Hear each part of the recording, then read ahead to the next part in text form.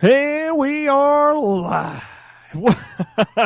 Welcome back to another Halloween virtual convention. Last year we did this thing. I know a lot of people of you watching right now, whether that's live here now enjoying the show, which I appreciate everyone that's here and checking this out, or if you're watching this on some sort of replay, appreciate that as well. But this show last year was basically our way of dodging the COVID bullet. That's what we were doing. You know, last year Halloween was quote unquote canceled, so we were like, fuck, we can't do nothing. So we decided to do a Halloween virtual convention, and it just included a bunch of fun horror segments talking about horror movies, horror shows, horror everything, and we had a whole bunch of celebrity interviews. Like last year we featured CJ Graham, and I don't even remember who else we have on last year. Tom McLaughlin. So we were just having a lot of fun with that. So this year we want to do something similar, up the ante a little bit, get more panels, get more guests. And I think we've done that. I think despite how insanely busy we are, I think we've accomplished a pretty fun show over the weekend. And I'm really excited for you guys to see some of the stuff we have going on. Tonight we're featuring some folks from the podcast network, as well as Tapehead, the world premiere of 3B Videos Tapehead, which that's going to be a lot of fun. I haven't seen it yet, so I'm excited to see it alongside you guys and react genuinely to it in the chat. There's just a lot to look forward to. You know, tomorrow we have a ridiculous amount of content. We're still trying to actually figure out exactly how to show all of the content that we have recorded, because, you know, we have interviews with Ron Sloan, Haley Greenbauer, Lar Park Lincoln, Chris Duran. It's just a lot. It is just a lot. But, you know, I figured we'd do a quick short intro here, talk a little bit, and then we'll let the conjecturing take it away. Which, by the way, I mean, look at this. Look. Wow. Conjecture-ween. Rocking everything conjecturing tonight, because they have a really fun segment. That's actually how we're going to kick things off. Our first segment of the night is Horror and Chill, the most bangable villains. And I promise you that segment will not disappoint. They went over the top with it and had an absolute blast. And I can't wait for you guys to see it. And I'm actually just kind of curious who everyone's most bangable horror villains are. What an interesting topic. When they presented that idea to us, they were like, "You think it's too much? You think it's too much to go?" I was like, "Absolutely not. Fucking run with that. That's hilarious. That's unique. Do it." But then, of course, it got me thinking. It got me thinking. Who's my most bangable villains? And pretty much at the top of my list is just Skeet Ulrich. No, I'm just kidding. Freddie Prinze Jr. 100% every step of the way. Even though he's never really a villain, but in my eyes, he has to be. I mean, I Still Know What You Last Summer, he was kind of an asshole. Yeah, he crosses the line a couple times for sure. Yeah. Well, Nick, so since we're doing our little intro here before we kind of like fade off later in the evening, although we ourselves have a legitimate live segment tonight where I will be throwing some clips at you. You'll be hearing movie audio. Then you have to guess what the movie's from. But of course, we had to put a drinking game twist on it. And the way that's going to work, we'll explain when we actually get there. But no matter what, you'll be taking shots. I'll be taking shots. And it'll get frisky in here. For sure. Okay. But I do have to ask you some Halloween-related questions as we go into the season. One, what is the most recent Halloween-related movie that you've watched this year to get you into the mood? What's that movie for you that gets you in the spooky mood? Well, this year, the latest one I watched was Halloween Kills. Actually, no, it was the new Candyman. Oh. Yeah. Oh, you watched that in Lexington, right? Correct. Yes. Yeah. What were your thoughts on that? I haven't even asked you. It was okay. I enjoyed it for the most part. Was also waiting for DoorDash at that time, so my mind was on other things for a little bit. But yeah, it was all right. Nice to see Mr. Tony Todd at the end. But spoilers. When did that movie come out? I don't know, like 2 months ago now. Listen, if it's okay to spoil Halloween Kills, we can spoil Candyman. It's fair. There's a couple movies that I usually always watch going into the Halloween season. One of those is I Still Know What You Did Last Summer. That's your Halloween movie. It just gets me in the mood, dude. It's a summer movie. That's my 4th of July movie. That's my Christmas movie. It's my everyday movie. Another one that I usually like to watch is Halloween 3: Season of the Witch. That intro just throws you back, and the whole movie is just a Halloween vibe. That's always a good one. Yeah, if I'm actually truly trying to get in the mood for Halloween, there's a couple movies that I think do it for me. Trick or Treat certainly captures what is Halloween to me, especially that small town fall color, leaves are changing, it's spooky, there's fog everywhere like that. I think Trick or Treat really captures the atmosphere that I would associate with Halloween. Of course, watching Halloween, that's a given, but I don't think that's what makes me feel the season. It doesn't, if that makes sense. Halloween 3 certainly does with just the intro alone. Halloween 4. Halloween intro. Again, the opening credits to Halloween 4 certainly does it as well. Hocus Pocus, I think, is at the top of that list for sure. It's just those movies I think capture the feel. I'm missing one that's really important to me, and I can't even remember what the hell it is. So obviously not that important to me. Every Scooby-Doo movie ever. Well, that's true. Yes. one that just recently in the last 3 years, that really puts me in the Halloween spirit is House of the Devil. Yeah. House of the Devil. Wow. That movie's great, by the way. If you haven't seen House of the Devil, you should definitely check it out. It is a movie that came out in 2009? Am I hitting the dot? Yeah, it's 2009. It feels like it was straight up shot in the 1970s, and it really captures that. Here you go, Zombie Island, perfect. And by the way, we're using StreamYard for this, if that's not already obvious. For everything in this show, we're using StreamYard, and that's because tomorrow there will be a giveaway. Actually, there's gonna be a couple giveaways. a game actually just sent us a whole bunch of Steam codes for you guys to give away over the weekend. There is a big giveaway tomorrow, and I'll go ahead and show you what we're giving away. There's a trivia segment tomorrow that you guys will be able to directly be involved in, and there will be a winner, a quote unquote winner, in the chat. And we're giving away this sucker, man. Whoa. We're giving away this sucker. I'll show you. Oh, top just got this dude, so brand new, and just got it signed by Kane. This was made by Timmy Jones, and yeah, I mean it's awesome.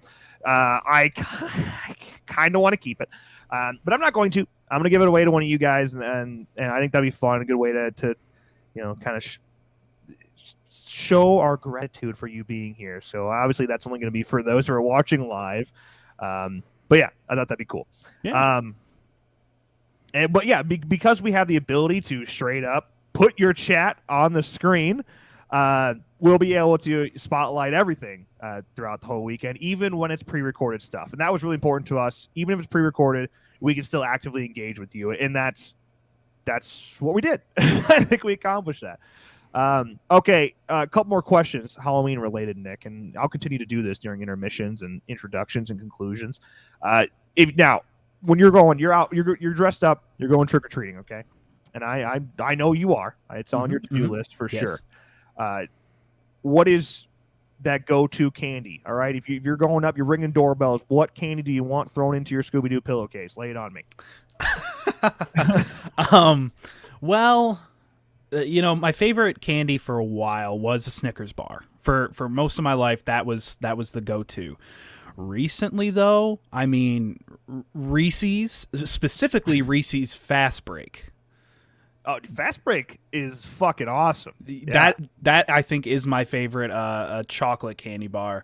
Other than chocolate, well, I loved gummy worms, but now I'm allergic to pineapple, and there's pineapple juice in them, so I can't eat them, or I choke. Wow, I mean, you're that allergic? When the fuck did that happen? When did that come about? Really, it was just in the last a year and a half. Finding out I was allergic to pineapple and pineapple juice. And yeah, the last couple times I've eaten gummy worms, my throat's closed up, and because obviously you eat the whole bag. What am I, a child? What am I, child? And there's pineapple juice in them, so that's something I avoid now, and I cry every 6 hours about it. Wow, yeah. What the fuck? Let me come back to this, actually. What the fuck is Coffee Crisp? Is that a Canadian thing? Coffee Crisp. Can't say I've had too many Coffee Crisps thrown into my bag over the years. Yep, it's Canadian. It kind of looks like a apologies. What's it called? Shit, I don't even remember. It's old. It's old. Couldn't tell you. Couldn't tell you. So it's a Canadian candy, gotcha. But this would be my winner. Peanut butter cups, anything Reese's, that would be my go-to. If we could pull that off. On the topic of fast break bars, so me and Rachel got a whole big ass mix of Reese's stuff to give away to the kids on Sunday. And we're very excited about that because last year, obviously, there were no children. Even if there was legitimate trick or treating, nobody was going trick or treating where we were living last year. Now we live in a nice little petite neighborhood, and I plan to see a lot of kids. That'll be awesome. So we had a whole bunch of Reese's stuff for them, and one of the main things in those bags was the fast break bars, and I ate all of them. So I'm gonna have to restock by Sunday. We'll look into it. But yeah, so that's where I'm at with that. I think I'm going to leave my Halloween questions there for now. We'll come back to it, and I actually kind of really like the fact that you guys are all engaging with that question in the chat. So we'll keep that up in intermissions and stuff like that. I remembered the candy bar that I think Coffee Crisp. Charleston Chew. It looks like a Charleston Chew. So pretty irrelevant here still. Yeah, I'm really glad I paused everything to let everyone know. Yeah, I remembered. I mean, we got a couple more minutes. We don't have to jump into anything yet. That's nice. We have a schedule, and it's a pretty thorough one. But I mean, we make the fucking rules here. Let's break that shit. We're gonna start a minute late. I don't even care anymore. You know, we're deleting everyone's clips tonight. We're done. End the show. We'll wrap this thing up. Yeah. Oh, it was funny. So Zach just mentioned that a part 4 would look great, or this part 7 would look great next to part 4. I actually just got a part 4 from that gentleman as well, Tim and Jones. And yeah, I'm not giving this one away. Sorry. I just got this one, and it's for a bus that I'll probably show you at some point over the weekend as well. And yeah, it's pretty cool. So yeah, anything else? Anything else you want to spit out before we dive into our first legitimate segment of the weekend? I don't know. I think everything's covered. Oh, Mr. Keltner made a fun little appearance here. Appreciate it. Happy Halloween. Wes, you're really gonna love this first segment. Yeah, actually, please do join into the conversation, everybody, when it comes to the most bangable villains. It's hard to even say. So Horror and Chill, the most bangable villains, hosted by The Conjecturing, is what we're going to dive into now, right after this wonderful Halloween virtual convention intro. All right. Take it away, Penny.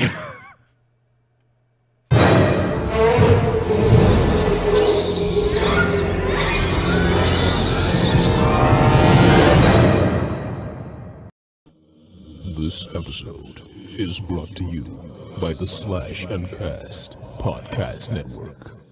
Discover all of our shows at slashandcast.network.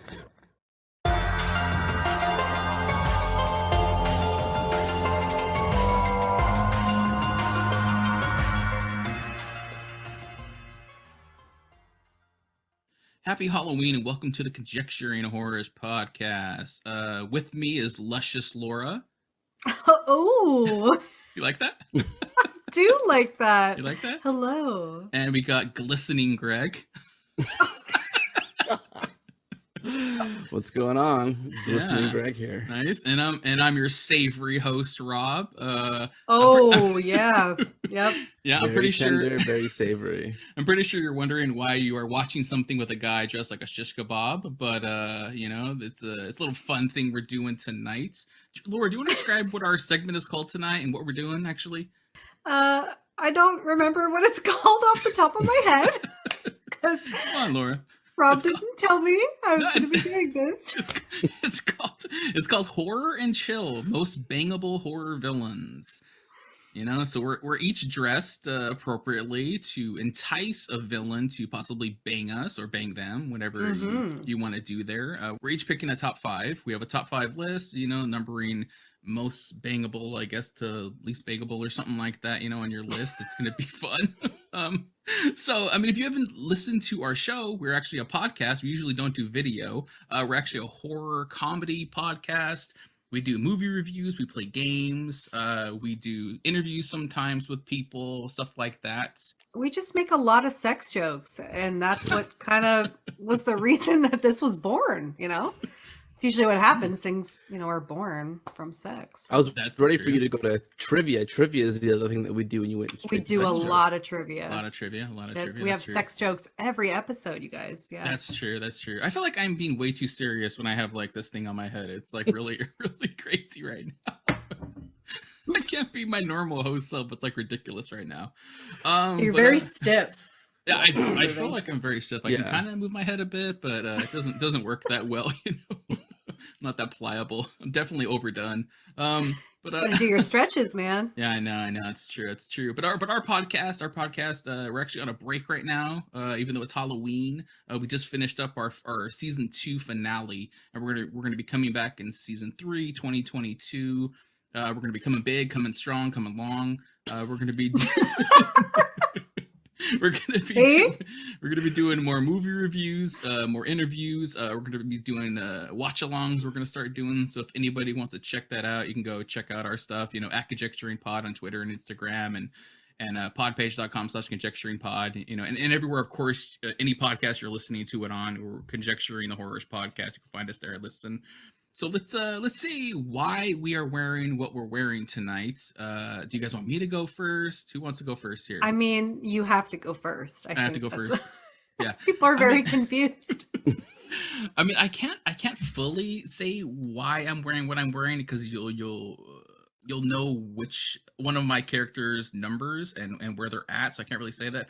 All I can say is I am a shish kebab. I don't know if you could tell that. This is the meat. This is the, what do you call this? The pin that goes in my head. Steak, something like that. This is the bell pepper. You know, Laura and Greg said I have to stand up and show you guys. I guess apparently. Yes. The whole thing. Yeah, Work it. Got another piece Oh, baby. another piece of meat there. Uh-oh, You know? uh-oh. Gotta throw some dollars at him, Laura. Got a little onion here. You know, Ow, ow. got another piece Oh, of my. meat there. Oh, it, Gotta- Keep going. gotta Just keep keep going. And you gotta end with that red bell pepper at the bottom there, you know. Yeah. Damn. Let me unravel it all. Okay, there we go. All right, it's going. Wow. So, I feel like we've lost like anybody that was probably listening right now already. Oh Like, man. no. Yeah, so I'm a shish kebab. I'll explain it later, but all I can say is definitely I'm trying to entice somebody that wants some man meat. I know that for sure. So what about you, Greg? What are you? Who are you? What's happening tonight? What are you? Same story. I can't go into too much detail, and I unfortunately can't give you much. I'm just a guy with a t-shirt and my hair like this. Is it safe to say you're a guy from the 90s? Yeah, safe. Yeah, that's a good bet. That haircut, I would say so. Yeah. Yeah. You know, that's true. What about you, Laura? Then can you give more information than any of us? What do you got going on? I'm the most simple tonight, you guys. I came dressed as a final girl because honestly, it's so simple. What more does every villain want? They want that final girl. What do they dream about? You know, what is just like the hottest thing to them they must have? They fantasize. It's the final fucking girl. So Sure. you asked us to come Yeah. as something that we think would, you know, get these top 5 bangable villains on our list to want to bang us. And I think that's kind of what The final girl. I mean, horror and sex kind of go hand in hand, and they They want that final girl. Damn, Laura, I really sold my outfit short after that description. Just thinking about just like I'm a guy, I'm a dude. I'm a dude. I'm a dude. Hey, probably I'm a dude. No, it's good though because we're gonna have a reveal, and I like that. Yeah, that's true. That's true. You're building up the suspense, Greg. You know, you're starting with the legs and working your way up, Greg. You know, it's okay. You know, I like it. Yeah, I can't go wrong. Yeah. Oh wait, I forgot my props though. Final Oh. girls always live, right? Mhm. And they usually do so by eventually killing the killer. So I have my knife. Oh, there you go. Okay. Nice. You might maybe. Okay. Careful. All right, Yeah, I'll be careful. Yeah, Careful. yeah. Yeah. I don't know if you should use that in the app. I'm putting it down. Yeah. Careful. You know, I don't want you getting hurt or anything like that. Definitely another thing on our podcast is we drink profusely. We drink a lot of alcohol on our podcast Profusely. every week. You mean Laura does? Laura mostly. And we normally have a drop that we would do, but I think our last convention we had Greg do the live drop. Which his drop is a play on words of what's in the box from Seven. Do you want to do it live, Greg? You're dressed like the 90s. I think you fit right in. Let's do it. Go for it, man. What's in the cups? Ooh. All right, good one. I like it. I felt it. Okay. You felt it? I felt it down Look in at my your box. Yeah, down in my red bell peppers, down at the bottom. Yeah, I felt it down there. So let's see, Laura, what are you drinking tonight? What do you got going on? I found out today that there is actually a known cocktail called a nymphomaniac. Oh, Perfect for our segment. Of course. However, we are a horrorish podcast and it is Halloween and we're talking about our top 5 bangable horror villains. So I have made a few adjustments and I have named this a nymphoslamiac.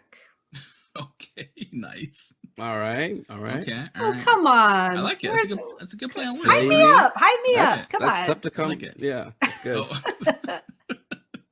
All right, I like it. What's actually in Wow. your drink, Laura? What's actually in All it? right. If you want to make it, it's you need 2 different types of rum, an orange liqueur, and then a splash of blood orange soda and orange juice and cranberry juice. And I am drinking it out of our conjecturing pod mug. Nice. You can get that at our merch store. Do you remember our merch store address, Laura? I do not. tpublic.com/user/conjecturingpod. There's our merch store. Go check it out there. We got t-shirts and a bunch of cool stuff over there. What about you, Greg? What are you drinking tonight? Is it from the 90s? What's happening? It's from the 90s. The 20. Zima? Is it the a tell me? 1290s. Tell me you found a Zima. I'm drinking red wine, blood red wine, and I am drinking it out of a sake glass. Oh, okay. Yeah. You can't. You I'm gonna can't give you. You can't tell us anymore. I know it. Oh, Laura knows it. Dude, Greg. Delicious. Come on, man. I know you.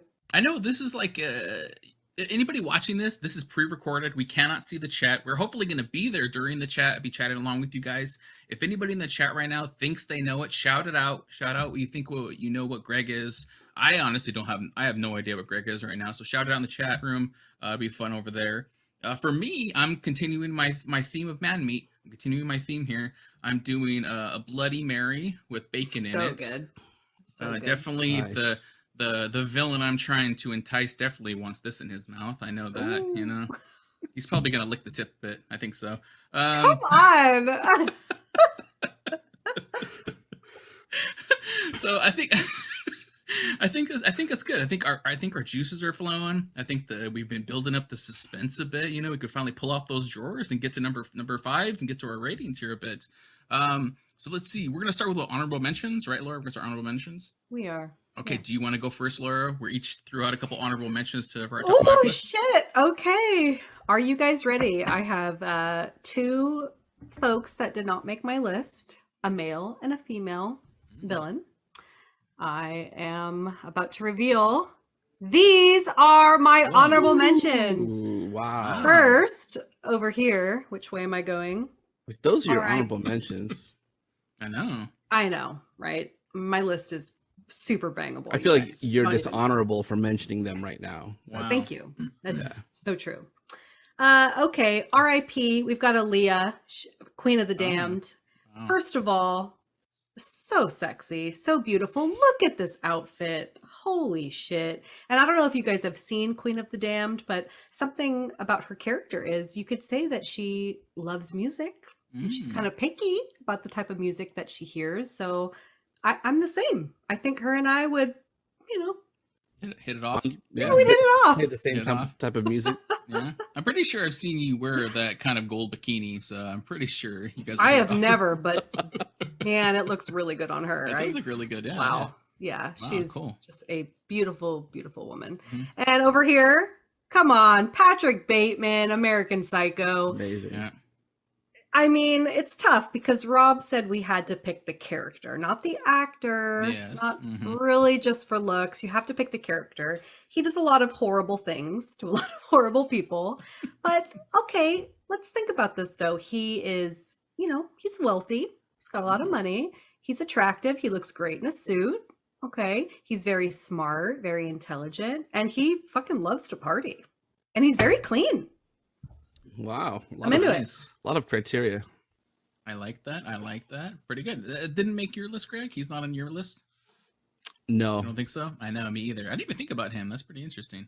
Okay, I like it, Laura. I like it. Nice honorable mentions. I won't Thank get into more details about what you're doing with them. That's safe for the top 5.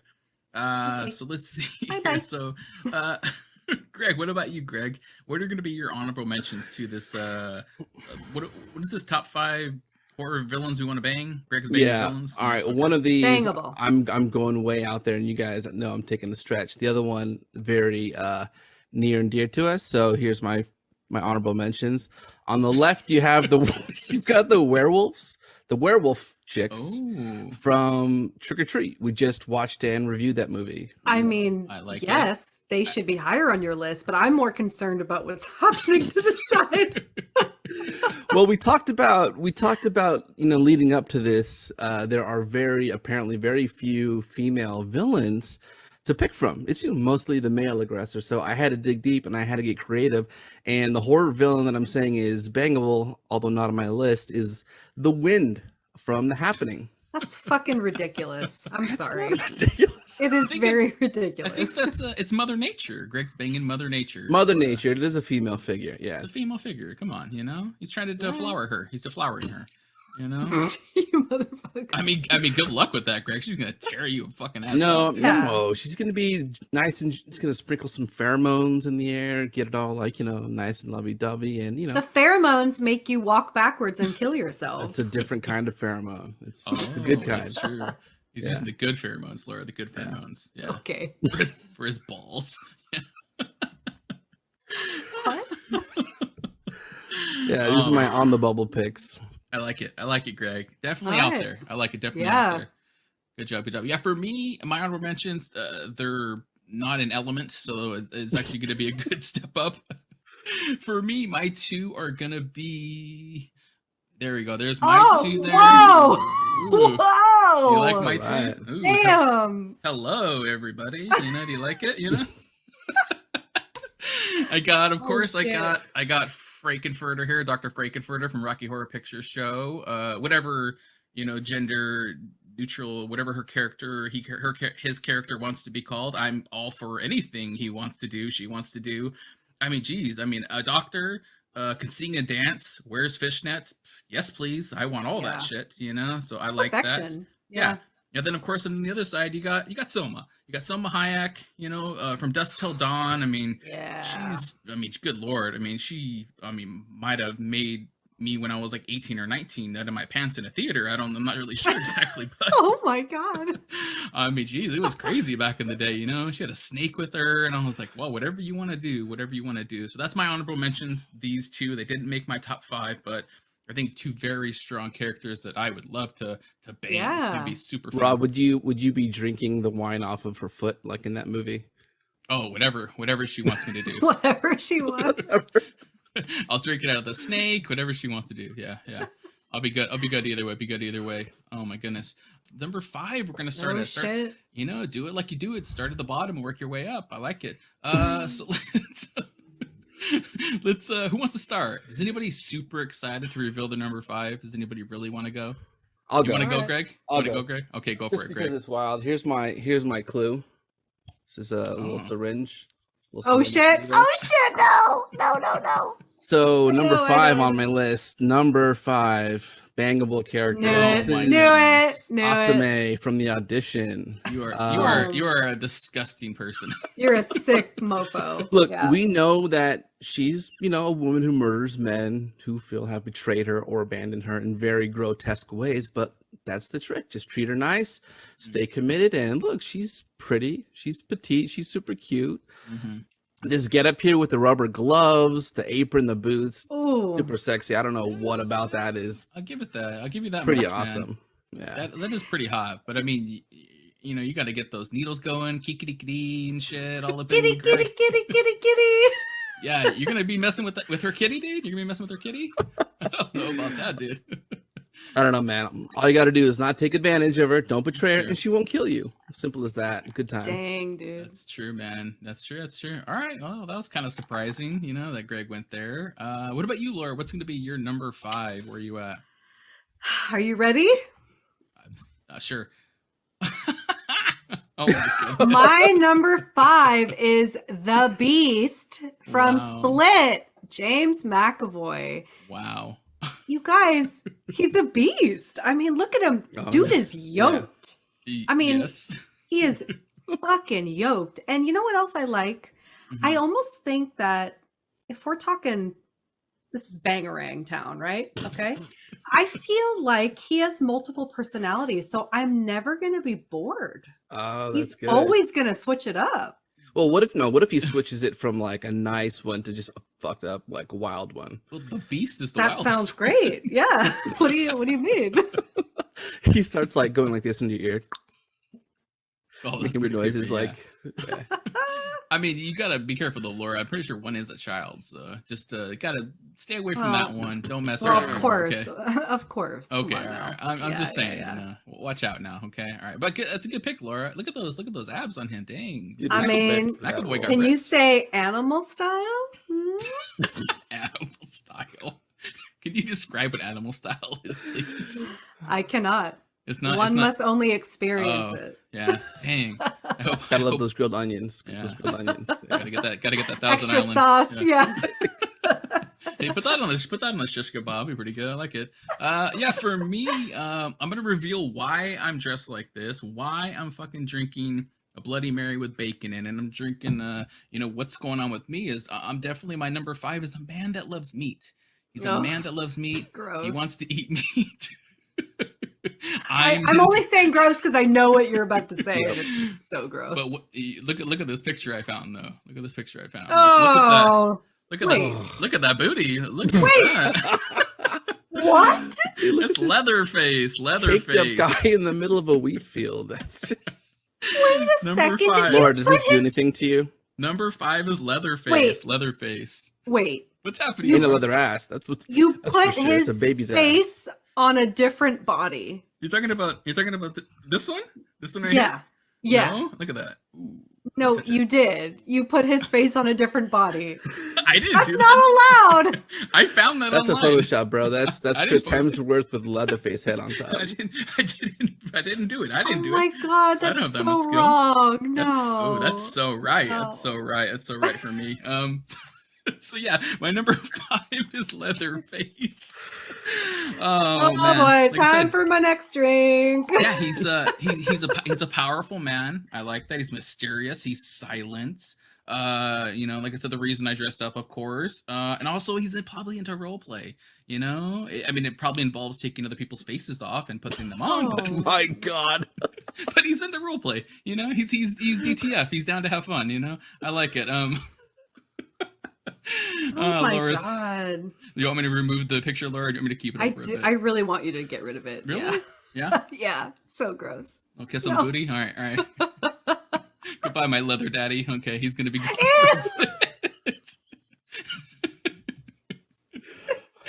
All right, he's gone.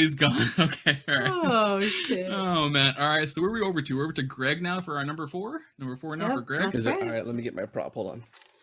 All right, here we go. Oh Number- my god. Number 4. Killer clowns from outer space. The killer Nice.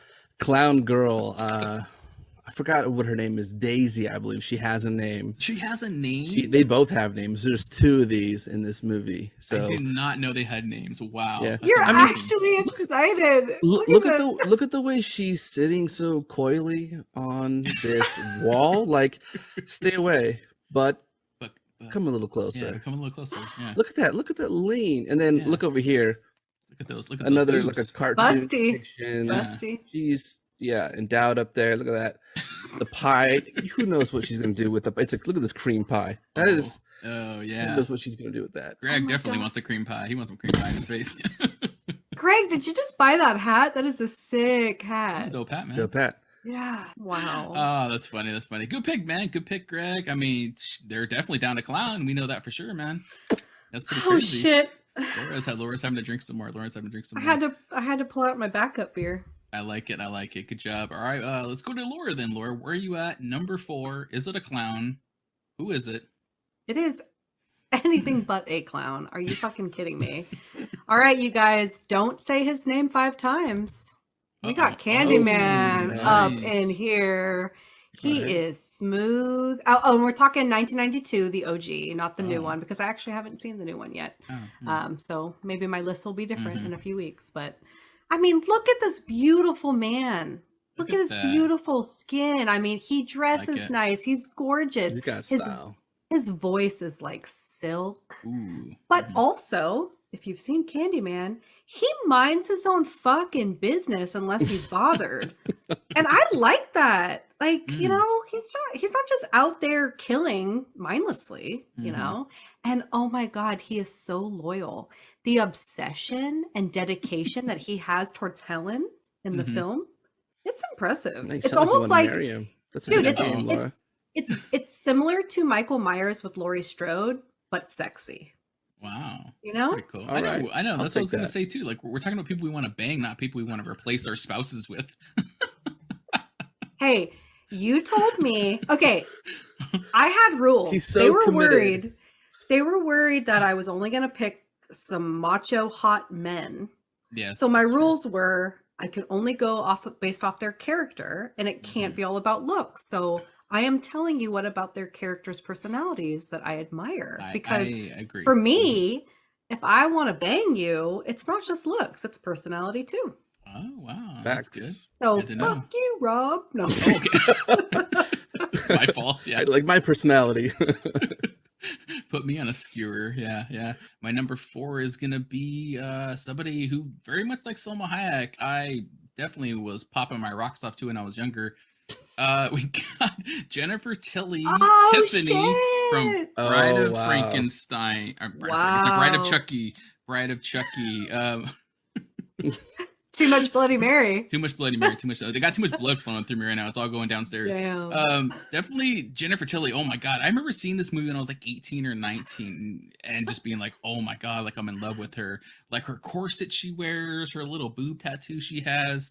I was like, oh my god, I want it. I mean, even the doll. Like I want it. You want the tattoo or you want the boob? You didn't specify. I mean, He wants the you said that tattoo. I wanted that tattoo for so many years. I mean, if me and Leatherface from Number 5 were hanging out, I probably would want the skin tattoo. I guess so, you know.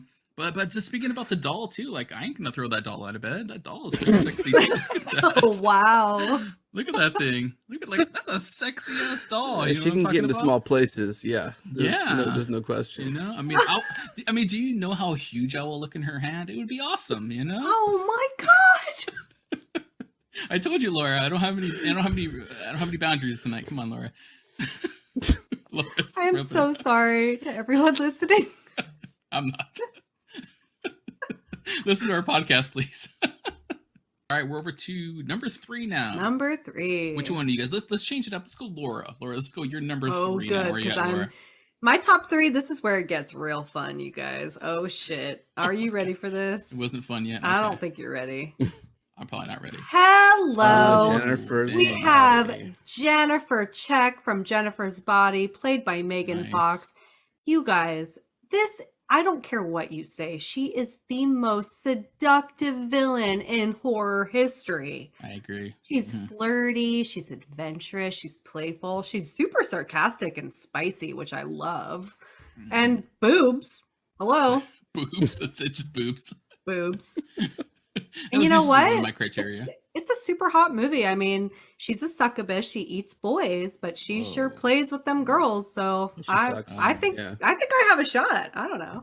Dang, that's pretty good. Pretty good. What about that weird thumb though, Laura? She got that weird thumb, Megan Fox. You're okay with that? Oh, I think that enhances you guys, things.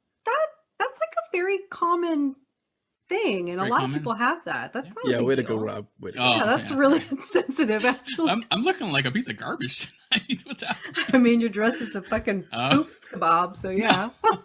No, it's meat. Come on, it says meat. It's not poop. How dare you? I mean, yeah, and I guess it's about the same thing. Yeah, that's a good pick though, Laura. That's a good pick.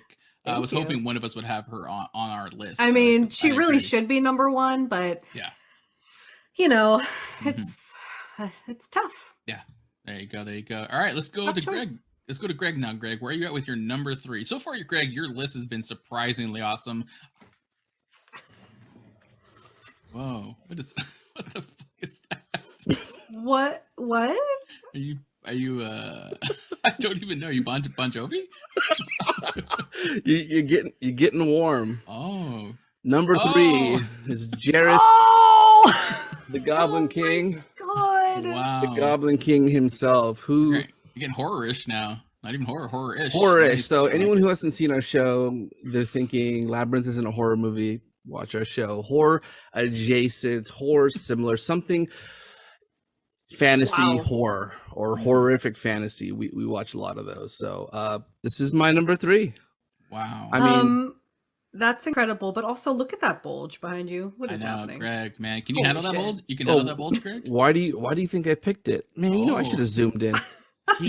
This is the famous bulge scene. It is, yeah. And look at the way he's balancing these balls. He knows how to handle some balls. Like, oh my god, he's amazing.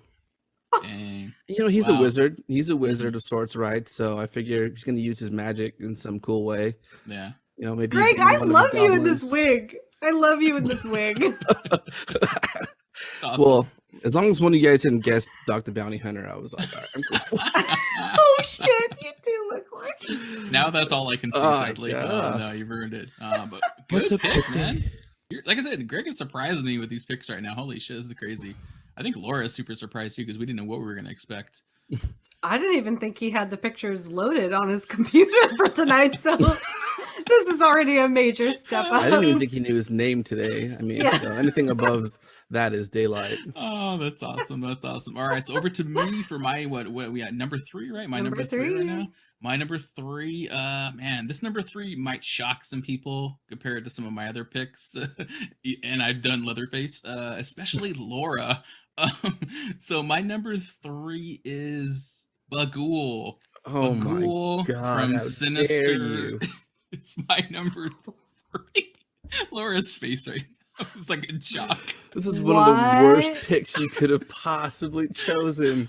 I must know why you think the ghoul is bangable. He wants a I sex mean- tape. He wants I a mean- 8mm sex tape He wants in a his sex archives. tape. No, I mean, come on. Everybody loves the a nice. pool, with Everybody the loves a pool. nice dressed man. He knows how to wear that suit. I'll tell you that much. Look at that. Look at that. Look at that pic right there. Look at that suit. Oh, this other side. Look at that suit there. Look at that trimmed, cut right. He knows how to wear a suit. Like Greg What said. about his face? Well, I'll get to his face. What's he gonna do? His mouth is sewn up. He's. Yeah. How is he going to please you? How is he Oh, bangable? I'm pretty Come on. sure. I'm pretty sure he tells me what to do. I'm pretty sure that's how this situation works. I'm definitely the servant. Oh my But for me, God. but for me, he's artsy. He like Greg said, he likes Super 8 film. I like that he's artsy. He's into vintage things like gramophones and ham radios. I like that. He's classic. He's a classic man. He's classic. He's old school, you know? And plus, I do know what he looks like under the mask, Laura. You know? I do know. Do you want me to reveal what he looks like? Wait, wait, what? Do you want me to reveal what he looks like under the mask? What does he look like under the mask? All I can say is it's so damn sexy. It makes me want to light a wick. There you go. Look at him. There he is. Come on. Yeah. Look at him. There he is. Took off the mask. Fucking John Wick looking all sexy with that Rob, fucking beard. You're off your rocker. Look You at I see the that. similarities. You see it? Look at that. He's wearing the same exact I suit. mean- He's getting it tailored. Look at the hair. Yeah. Same exact hair. That's I it. You know, get look at that. it, but no. Look at that. There you go. Spooky. Sexy. You know? It's just Pretty much that's how it identical. works, you know? I like it. You know? I love it. You know? There we go. He's number 3. All right. Oh, so that's where we at? gross. You just ugh. Come on, Laura. You don't know, Laura. You don't know what's up. All right, Laura. So where were you at, Laura? Number 2 then, Laura. Yeah. Number 2. I need a Wash breath that. of Yeah, wash that taste out of your mouth. Wash it out of your mouth. Wash that. ugh. You know, I'm gonna have a little Well. drink of my Bloody Mary here. I need to get that taste out of my mouth. Maybe I should stop and smell the roses. Oh. Maybe that'll make me feel better. Okay, all right. My number 2 Oh, wow. is Rose the surprised. Hat from Dr. Sleep. These guys are shaking their heads. No, They know. I'm not. No, Oh, okay, I'm yeah, yeah. explaining. If you listen to our podcast, we recently did Dr. Sleep, and I am fucking obsessed with this woman, and I don't even know if I can explain it. Like, I want to be her, but I also want to be with her. You know, in her. I'll sign up for whatever. She is perfection to me. I mean, you guys, she made it over Jennifer Check. Wow, that's true. Wow. I'm Mhm. obsessed with her. I think she's super Amazing. sexy. I'm really into her aesthetic. And she's also very intelligent and like calculated, and she has a really good memory. I like that. And she can basically read minds. So I feel like she would Oh. always know what I want. Yeah, you know what you want. Oh. Ooh, Even interesting. before you know it, I know. blow your right? mind. It's It'll like blow you're just, something. yeah, you're just standing there, and next thing you know, you're nude. You're like, oh, I didn't even know I wanted this, but okay. Yeah, I mean, it doesn't matter what situation we're in. She'll always wear the hat. I like that. I was One gonna of the ask. few people who can rock the hat that Mhm. well. I was gonna ask, does she keep the hat on during coitus? Always with the hat. Oh, yeah, she Yeah. keeps it on. And I think she's Oh, doing like tricks with it, like flipping it while Oh. it's Super hot. like a Love it. cowgirl. And, she's pulling out toys and shit out of her hat to use and stuff. It's like it's in Magic Hat. She can pull out whatever she wants. I Whatever don't she care. wants. That's Yeah. true. Oh wow, nice. and whenever. Yeah, nice. I like it. It's definitely sucking your smoke. I like that. Oh, Nice. All right. All Sucking right. steam from somewhere. All right. Laura's all hot and heavy downstairs. I like it. All right. All right, good Greg. pick. All right, Greg. Over to you. What's your number 2? So I have no idea what's happening now. Greg's list is getting better as it goes on. It's insane. Where you at, Greg? All right, I don't have something to put on my head, but I still do have a You're prop. gonna keep. Oh, okay. All right. And tell me if you can figure it out from this. Oh my God! It's an Ari Aster movie. Oh no. No. No, please No. no. No.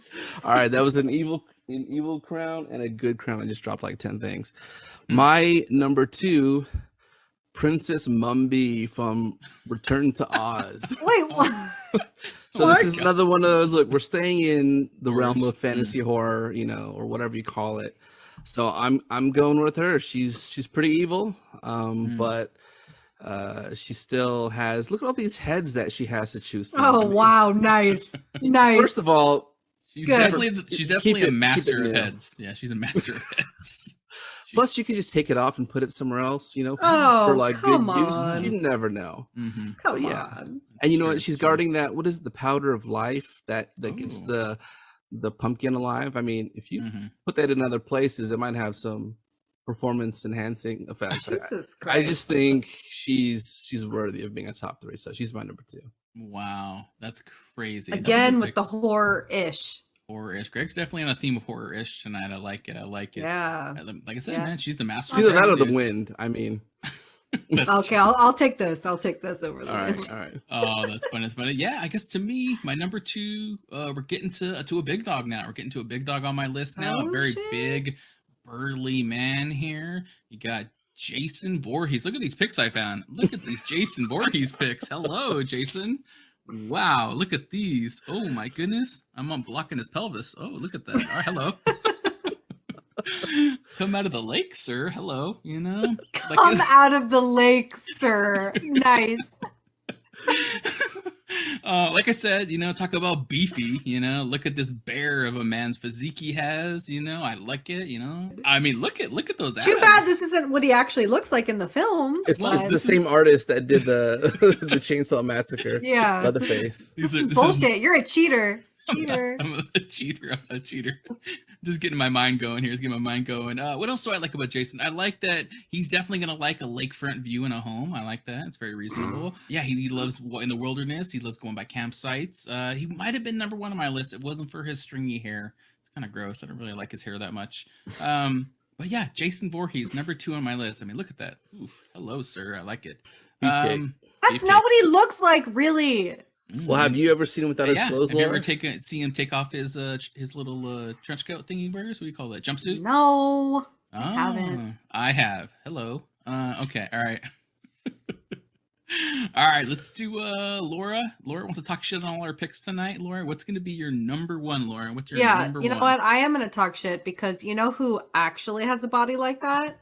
Fucking Ryan Reynolds as George Lutz from There you go. Amityville Horror. Wait, that's not a drawing somebody did? Like mine? He looks fake. No.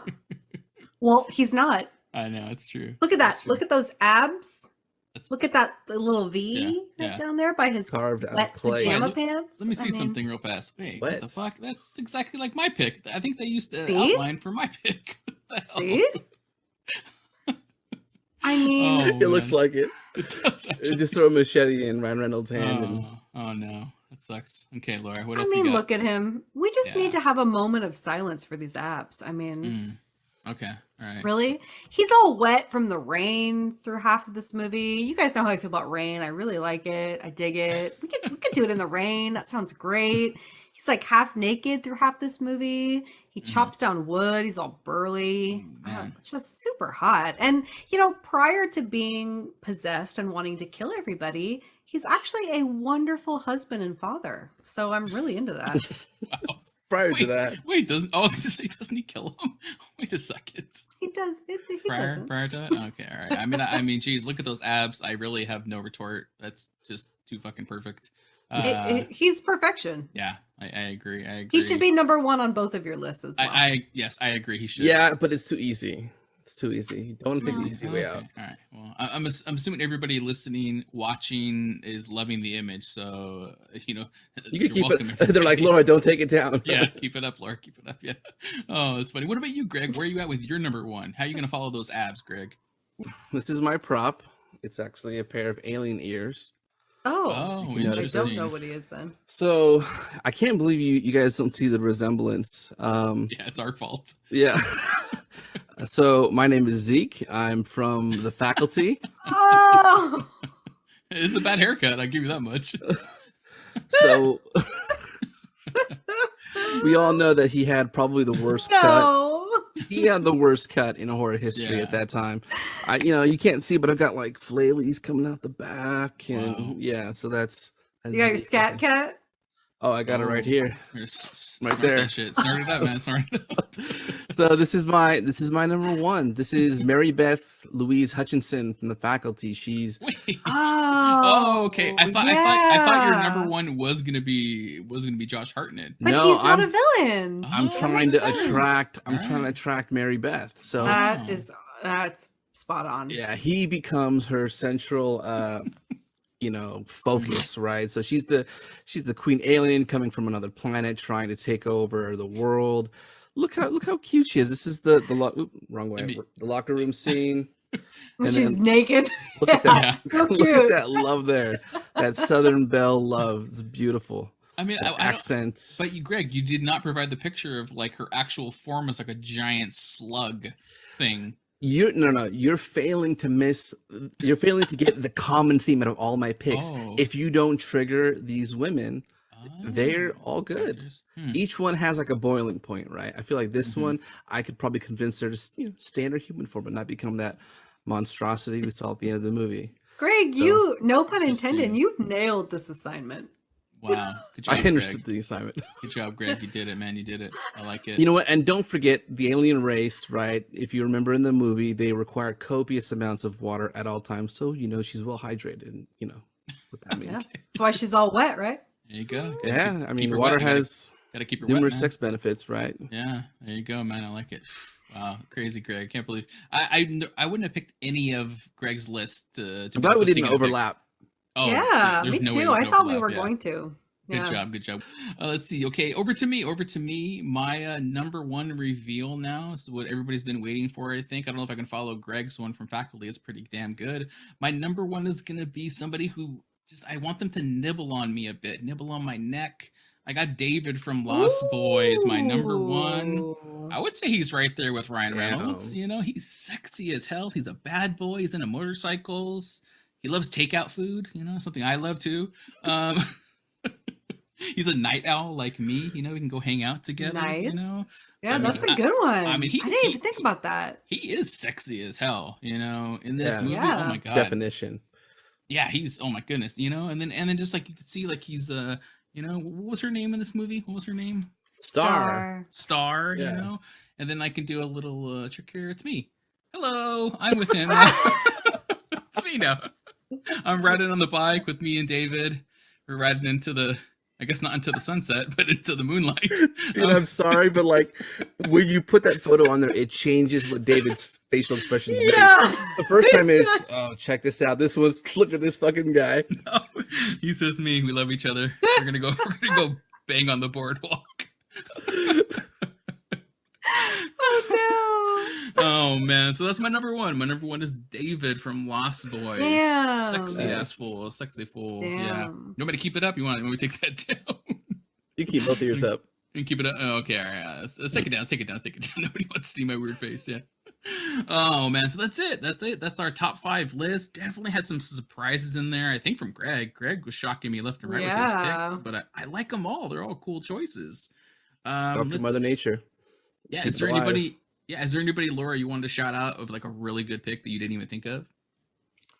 I mean, I kind of think David. I did not even think of him. He should have made my list. I mean, know, right? I thought, yeah. Keeper. Come on.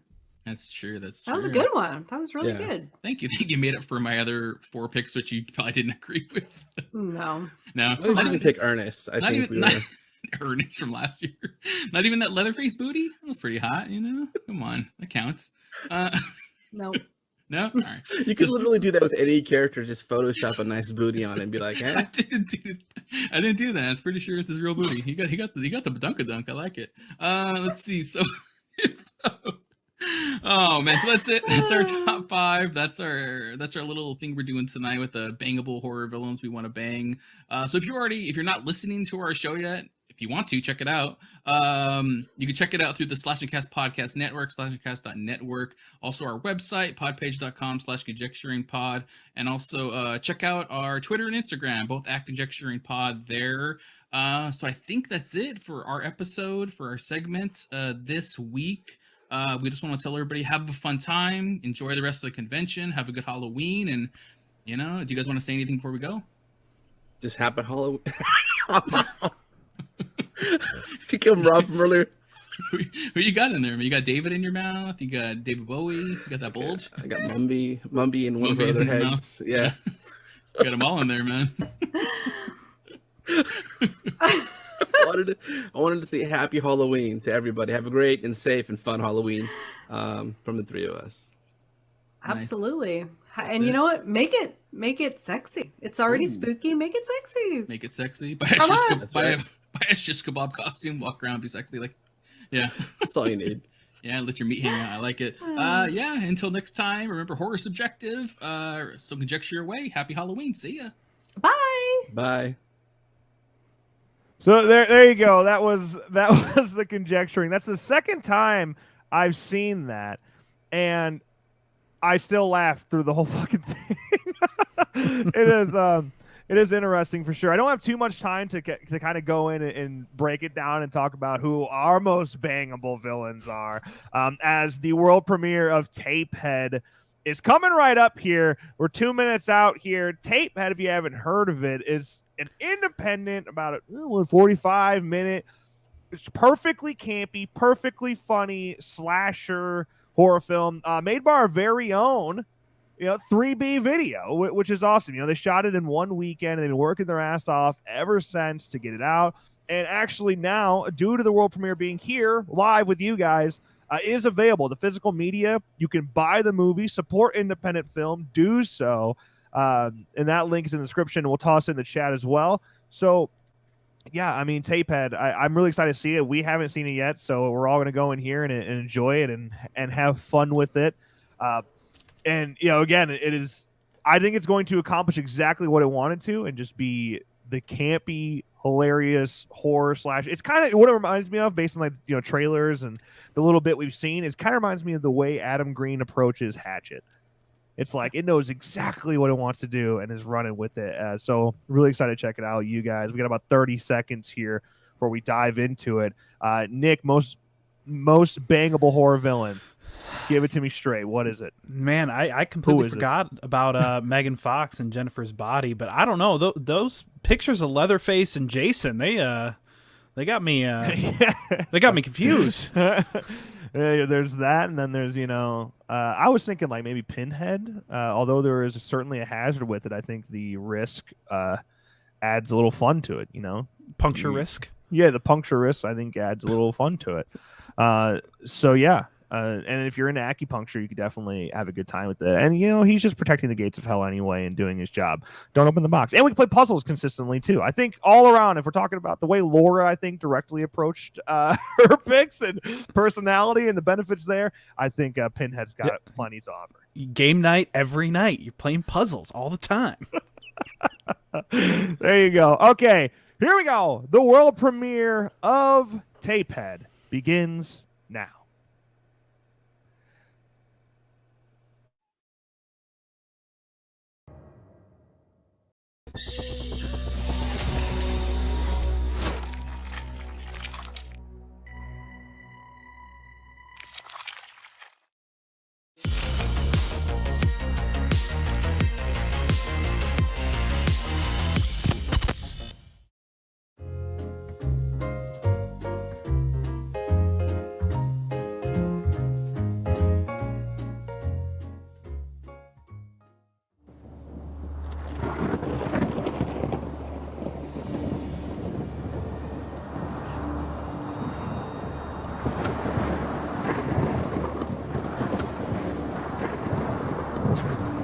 I told you it was time for bed.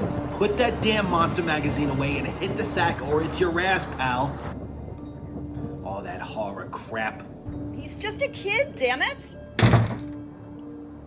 Why do you always have to be so hard on him? That's why God made fathers, babe. That's why God made fathers. Oh, I'm sorry, I thought fathers were actually supposed to be fun. I hate you.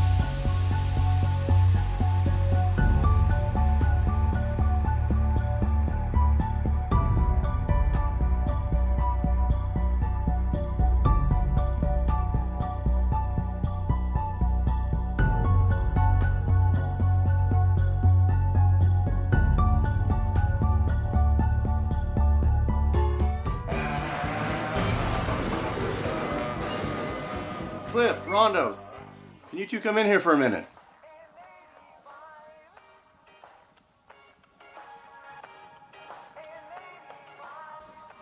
Yo, what up, boss? Well, I'm sure you've noticed that VHS is out and DVD is in. And if we want to stay in business, we're going to have to stay current. We know, Mr. Grundy. We started boxing up all the old movies and putting the new ones in the front. Ah, good boy. And I'm sure you're smart enough to realize that without VHS, Jacob doesn't have a job. Yeah, he's too fucking stupid to do anything but rewind tapes. Now cut that out. Look, Jacob is special. Yeah, special ed. And I've promised his parents, as long as I run this store, that he's got a job. And that's why you two are going to be nice to him. Now listen, I'm going to have Jacob put stickers on all the new inventory. You guys run the register and stock the shelves. And that should keep you all out of trouble. Yes, sir. Yeah, easy peasy, Mr. Grundy. Good. You two are in charge of the store the rest of the day because I have a date with a taekwondo instructor. Taekwondo? Isn't he a bit young for you? She's 24. Look, you guys just take care of the store and try not to burn the place down. All right, Mr. Grundy. Dude, you know what I'm thinking? Let me guess, you want to mess with the Tardo? You know it! Look at him, playing with toys like a little fucking kid. You know what? Let's just scare him.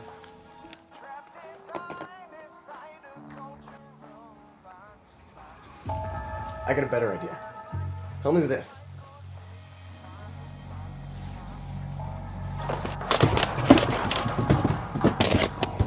Be kind, rewind, asshole. He's not moving, man. Jacob, wake up, dude. This isn't funny. Wake up, tard for brains. I think you killed him. I think you killed him. Don't say that. I didn't kill him. Hey, move.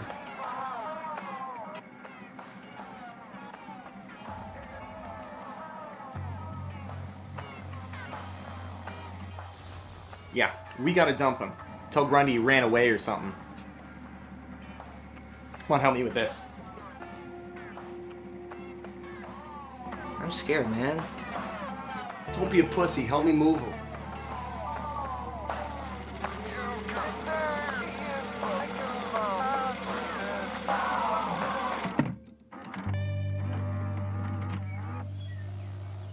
Remember, you can't tell anybody about this or you're fucking dead. Hey man, I'm with you. I didn't see anything. Good boy.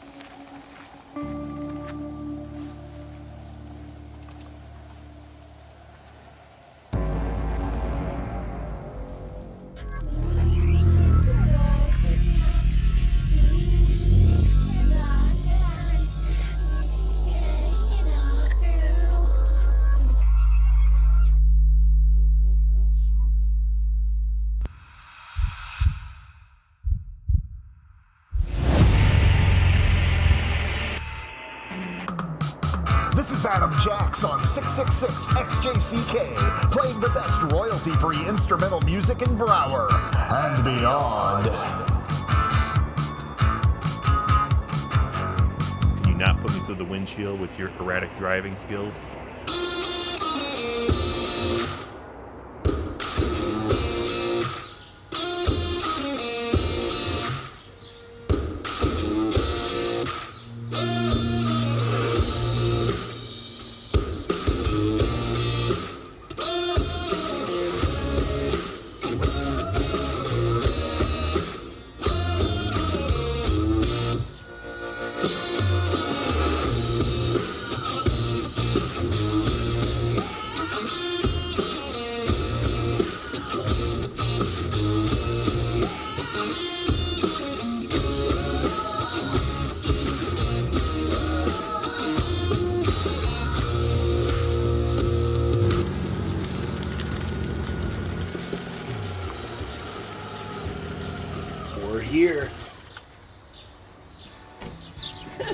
Guys, check it out. Here we are, Titty Paradise. We get this place fixed up and we'll be eating more than Hot Pockets.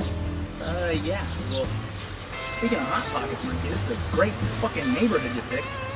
It's a fixer-upper. I love Hot Pockets. What are you, 5? Hey, vatos, you looking for a date? Oh, girl, you know it.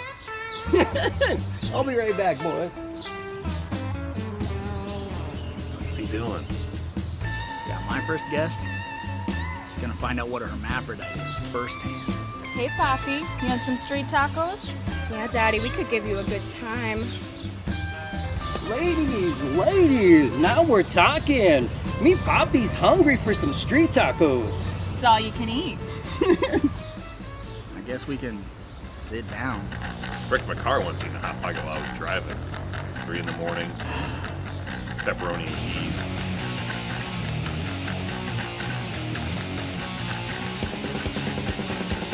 We should probably get more keys. That way, we could go inside this place. Yeah, I'm getting kind of tired of waiting on his ass.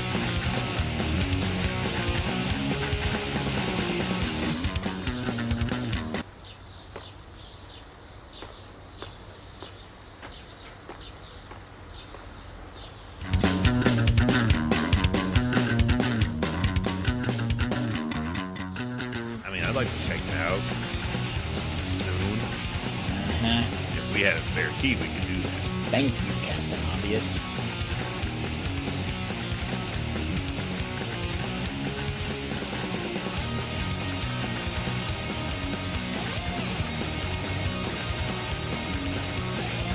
You think there's a bidet inside this place? It's been closed like 2 decades. There's no way.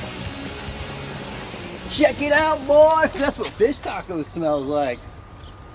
The smell of success. Smells like fajitas. This is bullshit, dude. We've been out here forever. When are we gonna get our keys? In time. Come on, bros. We got shit to do. I gotta take a wicked shit anyway.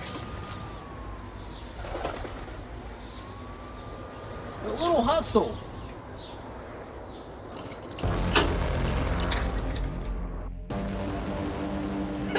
Breathe it in, guys. This is what being your own boss smells like.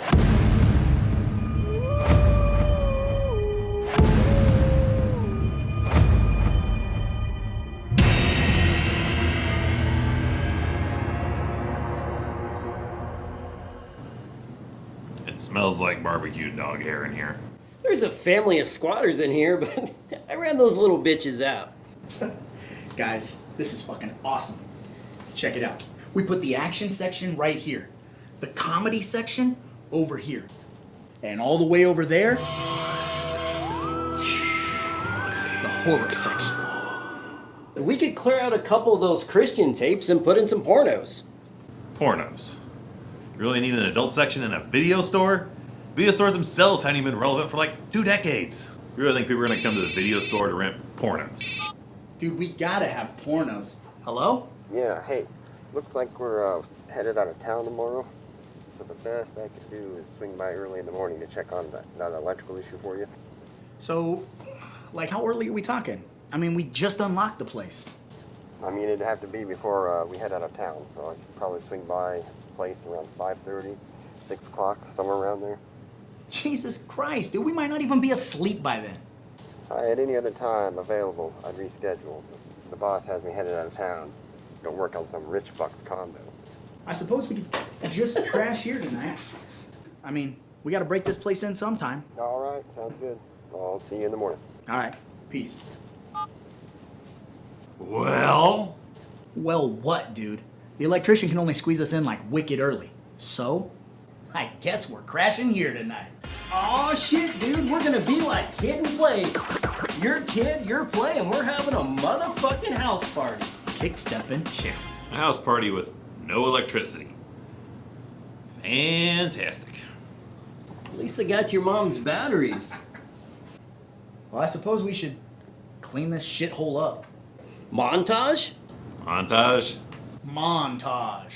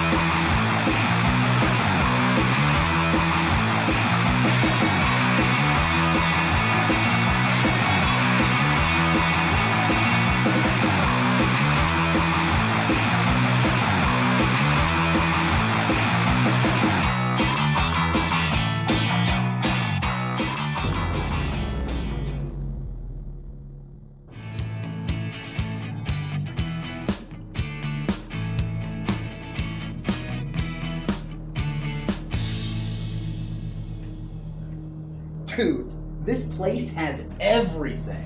Damn right it does. Yeah, everything but shelves. We're gonna need more shelves in this place, which means I gotta buy them. What's this total gonna be when we're done? What's this costing me?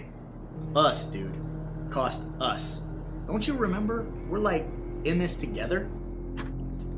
Plus, I got it pretty cheap, but the place has a little bit of history. Whoa. Cheap? Cheap, there's gotta be a reason. Give me the details. What's the details here? I mean, it's nothing big. They might have a couple cursed tapes in here, but I took them out back and burned them with all those squatters' clothes and shit. That's cool. Wait a minute, dude. This isn't the video barn, is it? It could be any number of video barns. It's a franchise. Yeah, you know what? That is definitely not true. There's only one of them. What's so bad about Video Barn? Well, you remember the old cop kid that wore those headphones and had that wicked weird soft spot? Yeah, didn't that kid go missing a few years ago? Something like that? Yeah, he did. Dude, it's a fucked up story, too. Why don't you tell him you opened up this can of worms? Aw, dude, you are in for it. When this dude was getting born, I don't know if he got stuck or something, but they took out a big old pair of KFC tongs and just ripped him out of there. Dude, this fucking messed his face up wicked hard. Everybody in town felt bad for him, so the video store manager gave him a job rewinding some tapes. Here's where it gets fucked up. Right after that, Jacob went missing. A few months later, so did the kids who worked there. Where did they go? Nobody really knows what happened to him. Old Mr. Grundy, he ain't been the same since. Some of the locals even say his rewinder is cursed. I think you're fine as long as you don't touch it. Don't touch it. Dude. What? Did you not just hear Mikey's story? Sorry, I just stopped paying attention as soon as he opened his mouth. Put that fucking thing down. You want specters? That's how you get fucking specters. There ain't no specters coming out of a 1980s VHS rewinder. Specters always come out of a 1980s fucking VHS rewinder. It's true, I saw Frighteners. You guys are a bunch of pussies. Why me?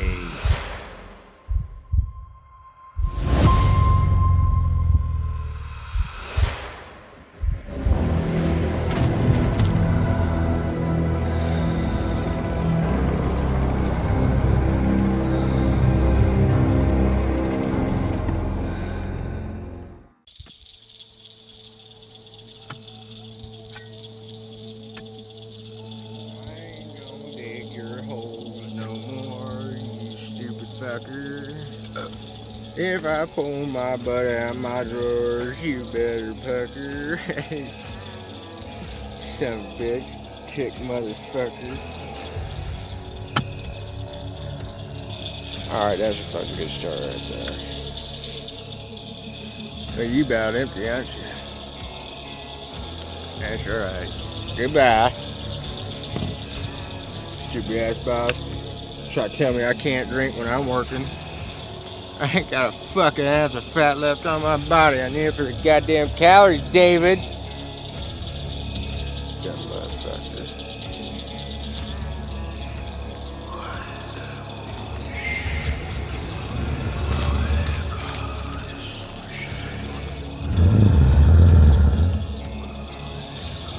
Jesus Christ, how much did I have to fucking drink? They said if you see a pink elephant's not the fucking elephant, man, you know? You know what I'm saying? Oh, I'm sorry, mister. Was that offensive? Did I offend you? Listen, you can't be walking around out here and not have a sense of humor, especially looking like that. You know what I mean? Hey, calm down now. You don't want to fuck with me. You know what I'm saying? You don't fuck with me. Tell you why. I'll tell you exactly why. Because I got a goddamn green belt in that Jiu-Jitsu, you know what I mean? Lift you up and go over here. Like,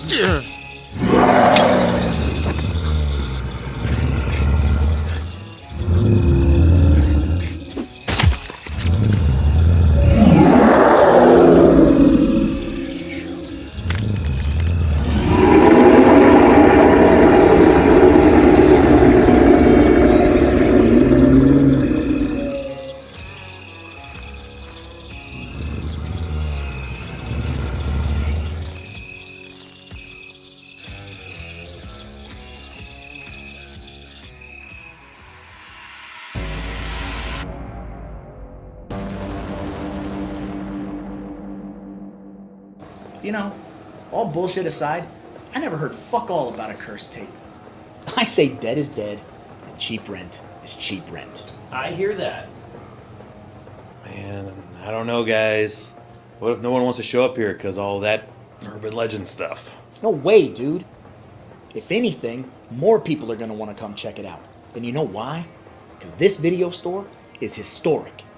Yeah, and we could sell a bunch of Cobb murder shirts and make a lot of money. You see, that is using your fucking noggin. That's what we gotta do. We cash in on all the tragedy. Or we can market it as the last video barn and get a bunch of hipsters in here taking pictures and shit for Instagram. I don't like that. I didn't even know about all this urban legend stuff. Dude, for once in your life, just stop being such a little bitch. Think about a couple of things. Think about the tourists, and think about their wallets. Because if we play this right, we're gonna be rolling. Yeah, I don't want to cash in on tragedy. Hey, what if we did it tastefully? Yeah, like, what's it? The Cinemax softcore porn. Yeah, guess that wouldn't be so bad. My man. You see, this is really gonna be the shit. No more bosses, no more bullshit. Just flicks, chicks, and living the dream. Man, I am so glad y'all talked me into selling my parents' house, getting the coin together, putting it all down, get this place here, start a business with you guys. Hey. What are friends for, dude? Yeah, it's like, sometimes you don't know what you should do until somebody else tells you what you should do. You know, never thought about it like that before. Well, thank goodness for good friends, right? And new beginnings. And I will drink to that. Hey, you guys remember when we started that horror movie fan club? I remember when I started it, and then I asked you two jokers to join. I'm pretty sure I'm the one that came up with the idea for that. Remember we used to shoot kids with BBs and stuff and dump buckets of blood on them and market it for money? That's not how that happened at all. Remember? I was the one that started it, because I was walking around with that notebook and I'd ask everybody to sign their names if they wanted to join up. Yeah, and Dan Grizz ended up spitting right in your face, and then beat your ass right there on the spot. And Becky made fun of you for pissing your pants like a little bitch. Pants pisser. That also didn't happen. You guys your memory's a little hazy. Because remember, I beat his ass, he pissed his pants. But I don't even know why we're fucking talking about this. It's not even relevant anymore. He's in prison, she's got like umpteen kids, and me? I'm starting my own video store. So I guess everything's coming up Roger. Yeah, anyways. You know, we felt so bad for you, we just signed right up immediately. Yeah, I didn't really watch horror movies till you guys all became my friends. Fucking best friends. Absolutely. Hey, between me and you, did you really piss your pants? Poquito. I fucking knew it, you little bitch!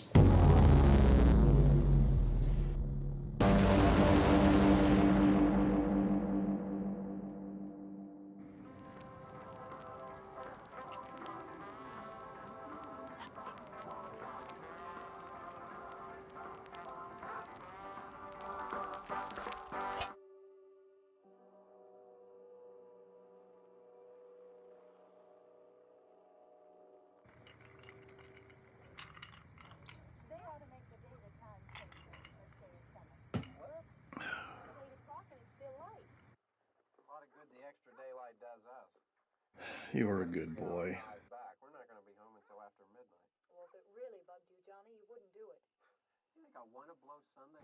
You never hurt anyone. I figure we're either gonna have to move Mother out here or move the grave into Pittsburgh. She can't make a trip like this. Oh, no, that she can't. Is there any of that candy left? This is all my fault. No. Look at this thing. We still remember. I don't. You know, I don't even remember what the man looks like. Johnny, If I could take it back, I would. 5 minutes to put the wreath on the grave and 6 hours to drive back and forth. Mother wants to remember, so we trot 200 miles into the country and she stays at home. well, we're here, John, all right?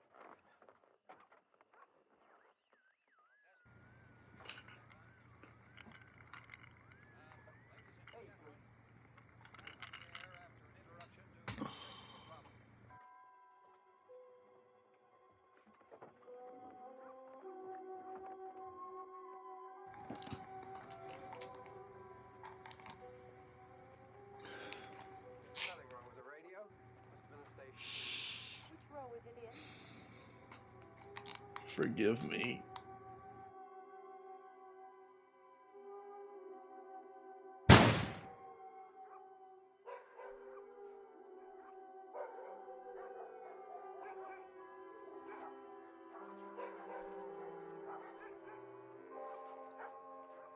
When there's no one around.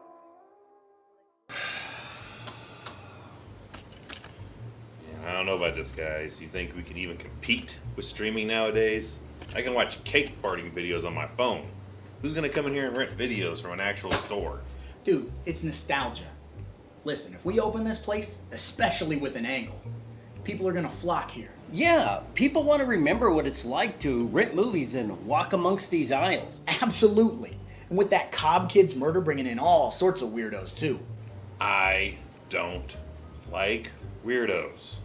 Oh, you don't like weirdos? We are weirdos. I mean, you're wearing wrestling pants for fuck's sakes. So what's the big deal? A couple of people died in here. Big whoop. I say we cash in, we ride this train all the way to the bank. I mean, you of all people don't want this to fail, do you? No, I just wish there was literally any other way.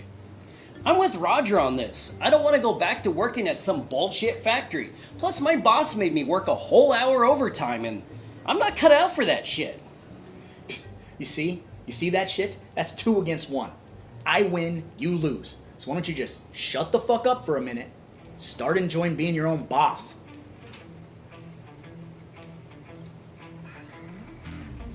You know, Raj, a few things in my life that I need. I need cold beer. I need cool pants. You know what I don't need from you two? Trying to be my fucking boss. I don't need you being my boss. I don't need either one of you telling me what to do when ain't even got the doors open to get this place up and running yet. I don't need it in my life right now. Yeah? I'm acting like I'm your boss? You know why? Because I Whoa, am. chill out on all that Cobb Kid talk. We're here to have some fun. We can talk about all that shit down the line. That works for me. That is 100% fine with me. Just for the love of God, do not pester me about this anymore today. Yeah, I mean, fuck yeah, right? Like, I'm sorry. We're buddies forever, right? Buddies forever. Don't worry about it. We're gonna come up with something. We'll get them all hooked.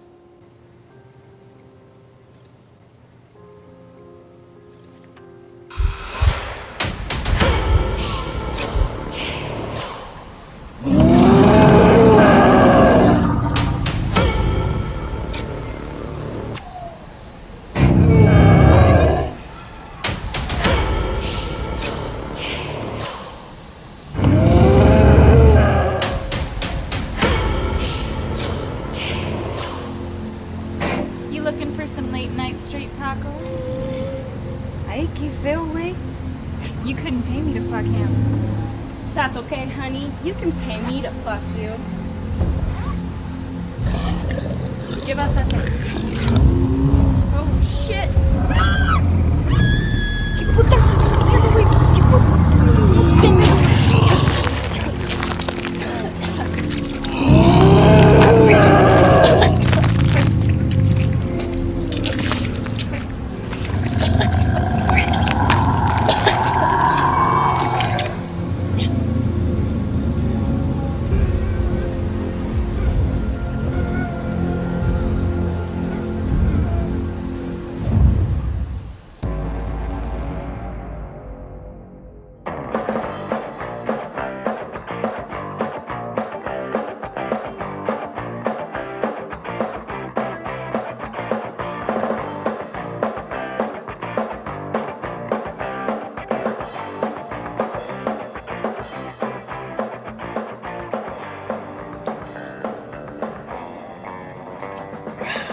Well, this foodang is foodun.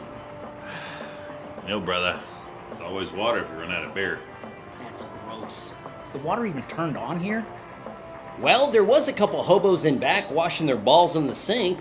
I could probably go check on it and see. I have to take a wicked piss anyways. Thank you, man. First rule of the video barn is you don't break the seal. Oh, I'm sorry, brother. I gotta break the seal. I must release the urine.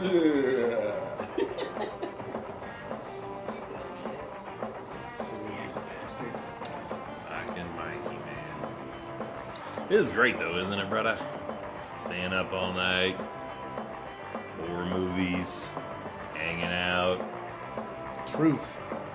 Here's to never growing up. I don't know how to tell you this, brother.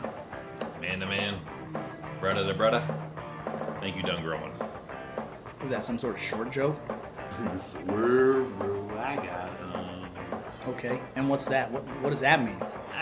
Kids are saying that kind of thing these days. Jesus. You're old. You'll probably die soon. And I was born to live forever. Legends never die.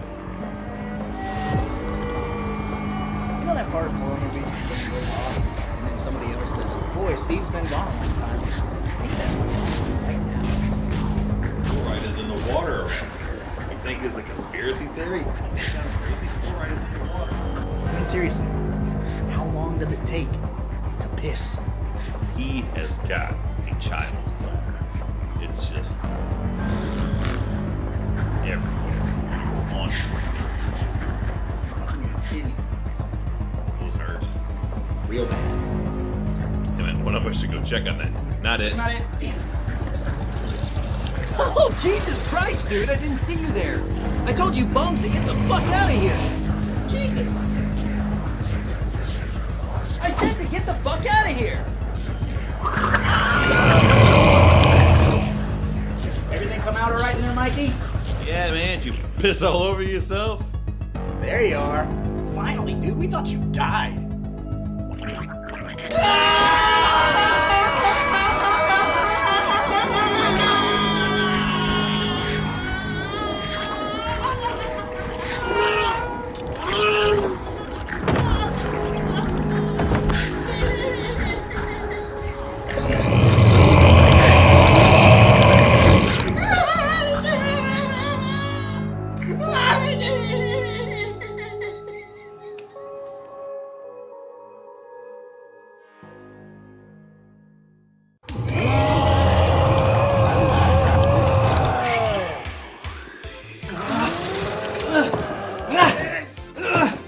Mikey's got the keys!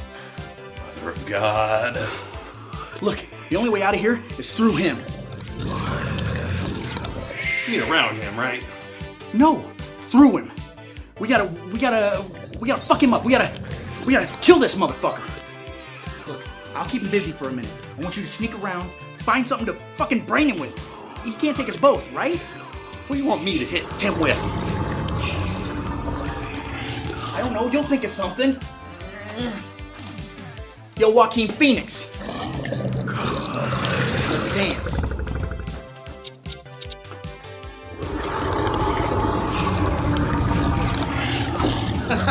You ain't shit.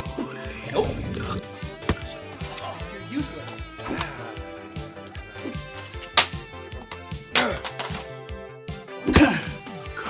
Come on, sucker. Oh, that was close. That one almost got me. I think he's getting tired. Oh, so close. Come on, Evil. I'm getting wicked tired here.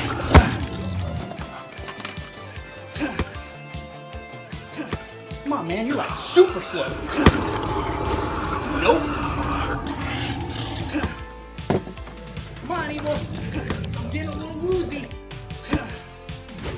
Any time now, man. This is not working.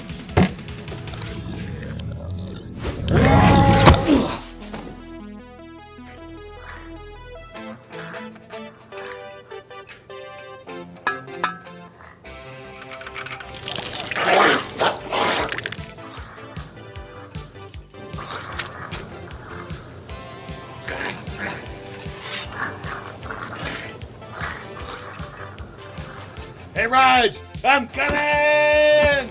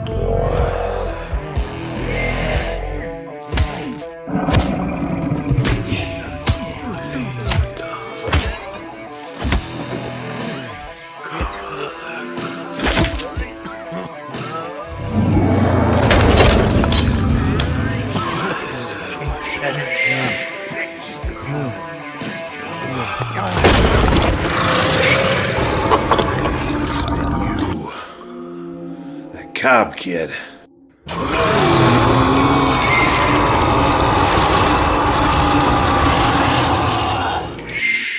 rewinder, that's your power. Destroy the rewinder, destroy the man.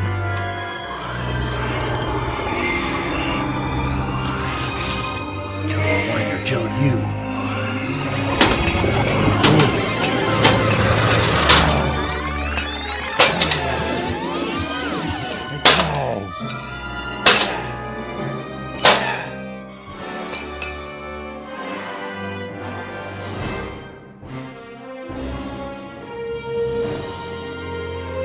As my witness, it is broken in half.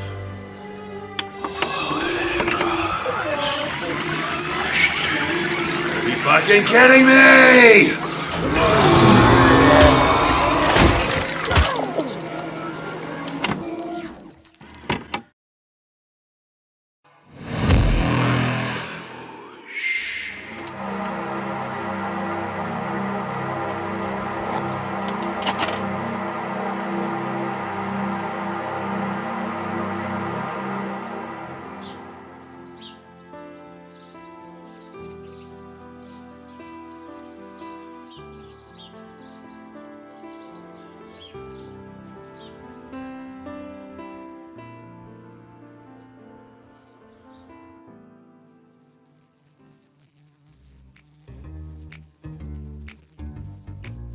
Hello?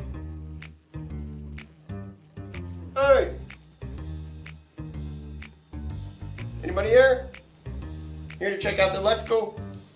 Roger.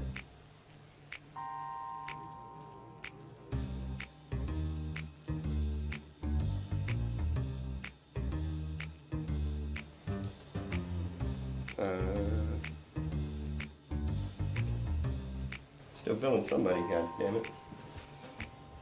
Hey, what's it?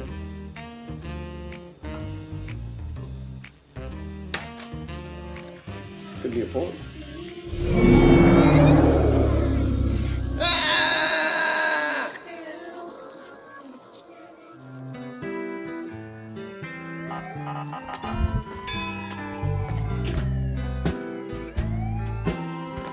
Those damn kids will never learn.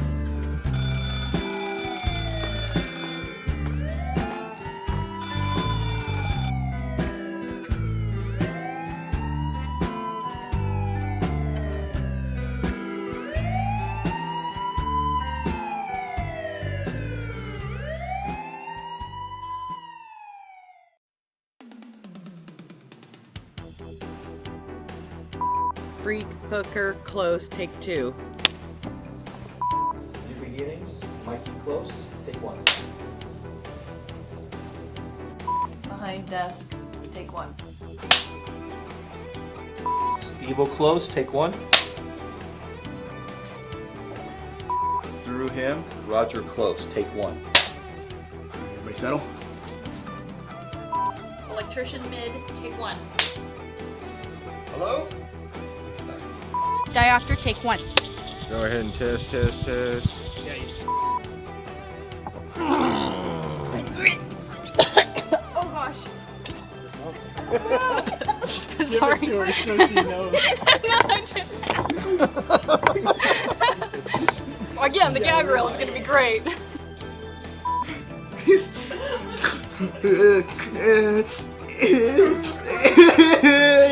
Kill him. And he just shut it off. See? That's what kids do. Don't smile, you're sad, Rick. Okay. Look at him playing with kids like a little fucking toy. Look at him. No. Playing No. with kids. Did you really shit your pants back then? Sorry, piss your pants. Sorry, wait, sorry, that had a bug on me. Sorry. Redo. Sorry. Hey, let's get a blind guy that can't remember his lines to come all the way up here. Yeah. I'm doing a dance. What up? Oh god! Ah! Sorry. The continuity! Continuity. Dude, Yeah. Well. Well. Sorry. What did I say about the homeless people? I'm sorry. I'm good. If you guys are ready. Yep. All right, we're good. Dick's out for Harambe. My dick's out for Harambe. All right, everybody, settle. Dude, you're gonna be kid, you're gonna be playing. We're gonna have a motherfucking house party. You've got to be kidding. It's 6 o'clock. That happens at 6 o'clock. That's okay. Yesterday you told me that train only comes through at 5:15 in the morning. Usually it's 10 till 5. Fucking My Cousin Vinny reference. They're out of frame. Slaughtered pigs, giant loud whistles. I ain't slept in 5 days. I got no money. A dress code problem. And a little murder case involving 2 little innocent kids. It's a straw hat. Get over it. That's great. You should have said that. All right. Spit. Hold on, I spit. What? Said we still need lines fed. Yeah. What the fuck have we said like 7 times in a row that I still can't remember? My brain dumps every time I leave the room. Oh yeah, and Becky fucking shit foodang. Here we go, baby. Hear my heart beating. Let me do. All right.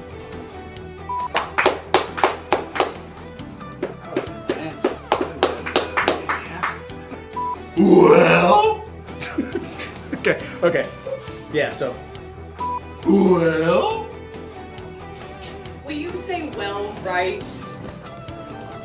Okay. Well. Okay, I got it.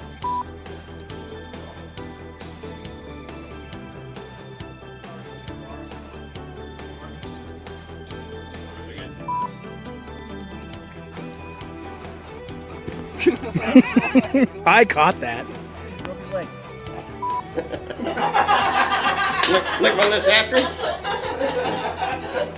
Are you still filming?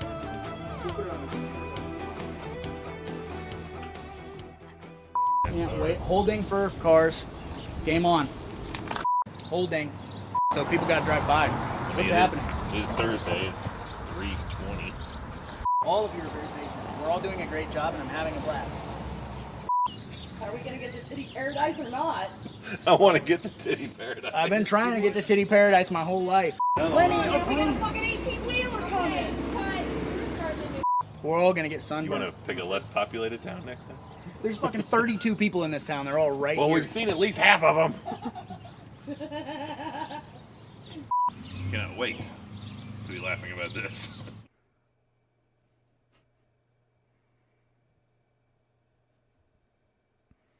Fuck you, you piece of dumb fucking dog shit. And there it was. Up until the very last second, there's something to cherish in Tapehead. Now, I'm really glad that we got to experience all that together, a bunch of horror nerds in one sitting. It was everything I wanted it to be and more. And especially when you go through credits and see stuff like that, and how much fun they were having making the movie, and how much work went into it, and seeing the credits, all the special thanks and all those that helped make the movie. It's just cool. And I really appreciate Dustin letting us show it here. That meant a lot to us, and I'm glad. And then if you enjoyed it, go fucking buy it. Okay, I know we watched it here, but they got a Blu-ray and DVD up, and certainly a lot of special features to be seen on there. And supporting independent film is exactly what keeps creators going. Mm-hmm. If you go and torrent shit per se, independent film is just getting wrecked by that stuff. So if you liked it, go support them. Go buy a Blu-ray and check out some more special features and have fun with it. Man, that was that was a fun ride. I loved it. It achieved what it needed to achieve. Right. And more. Exactly. Yeah. And it's hey, if someday there's a Tapehead 2, we would happily help. Yeah, put us on the crew. We can get you a solid DP and great sound designer. Now that's you. Your full-time sound, and we can do a full-time DP, and it'll look and sound great. So there you go. Yeah, definitely love Tapehead. Definitely go check it out. Thank you 3B crew for letting us show it. It was great. Yeah, that again, that meant a lot to us. So appreciate it, and yeah, go fucking buy it. All right, guy, come on, don't be that guy. Support independent creators. All right. So as we go on the rest of the night here, only a few more things to do. We have a bit of an intermission here. We got about 12 minutes before we dive into our next segment. So for about the next 7 minutes, we'll talk about bullshit, and then we'll dive into a little bit of a drinking game. And I'm sure by the end of it, me and Nick will be pretty sloshed, and we'll go into that last segment of the night pretty drunk. But yeah, after the show, still debating on what we want to do. Maybe something for members. Maybe just go to bed. We'll figure it out. We'll play it by ear. See how drunk we get. See if it's even possible to do something. But ideally, an after party sort of thing on all these nights would be fun. But we'll see what happens. Like I said, we're playing shit by ear, and that's the fun part. But now, because we do have a few minutes, and then we'll pause for a second so we can regroup for our drinking segment. I got to ask you some more Halloween-related questions. Not just you, Nick, but the whole chat. Let's see. Halloween, man. Costumes for years. Maybe you don't dress up so much anymore, but I'm sure you dressed up a lot when you were younger. What was your favorite costume that you had growing up? Oh, man. You know, I only remember a handful. 1 year, I think I was the Hulk. Nice. Love that hard plastic mask that like hurt to wear. That was a good time. Also, we're in the Midwest, so it was Hulk with a jacket on. Oh, okay. Then 1 year I was Bob the Builder with the jacket on. Okay. The only other one I can really remember is I was Scary Movie Ghostface. Really? So you had like the tongue sticking out or something? I did, yes. I got you. I don't know if I ever had one of those Scary Movie masks. Were at that point, had you already seen the movie? No. Oh, so just kind of having fun with it. I want to wear that. Okay. Yeah. I don't remember. I don't remember a lot of my costumes, so there's a couple that like stand out in my head. One, I dress up as Jason a lot, so I even just not on Halloween, I was that kid. So Jason. Definitely was Ghostface a couple times, even with like the bloody mask, which by the way, we just saw one of those in one of the booths at Scarefest in Lexington had one of those blood squeezing, you squeeze it hard and the blood comes down it. That's the first time I've seen one in years. I was like, oh shit. I remember when those flooded the market, man. Yeah, so definitely did that a couple times. One that stands out to me, and I think it's because I regret it so much. I was a ninja. As a ninja with basically kind of Cobra Kai looking, with the yellow belt and stuff, but with like an actual ninja mask. And I regret it to this day because, I was with the family costume shopping, and there was one of the best store-bought costumes I think I've ever seen, where you like are inside of it, and then there's like a brain head thing, and it was a really cool store-bought costume. Nothing like that anymore. And I was like, no, I don't want that. I want to be the ninja. So I was a fucking ninja. And I think at that time I getting philosophical on you here about it, but I think I was like, because I was already in school. I was old enough. This has been like 8, 9. So I was already the weird horror kid, and I think that pressure got to me some. I think I was like, I can't be something scary. Everyone's going to make fun of me. I'm the weird horror kid.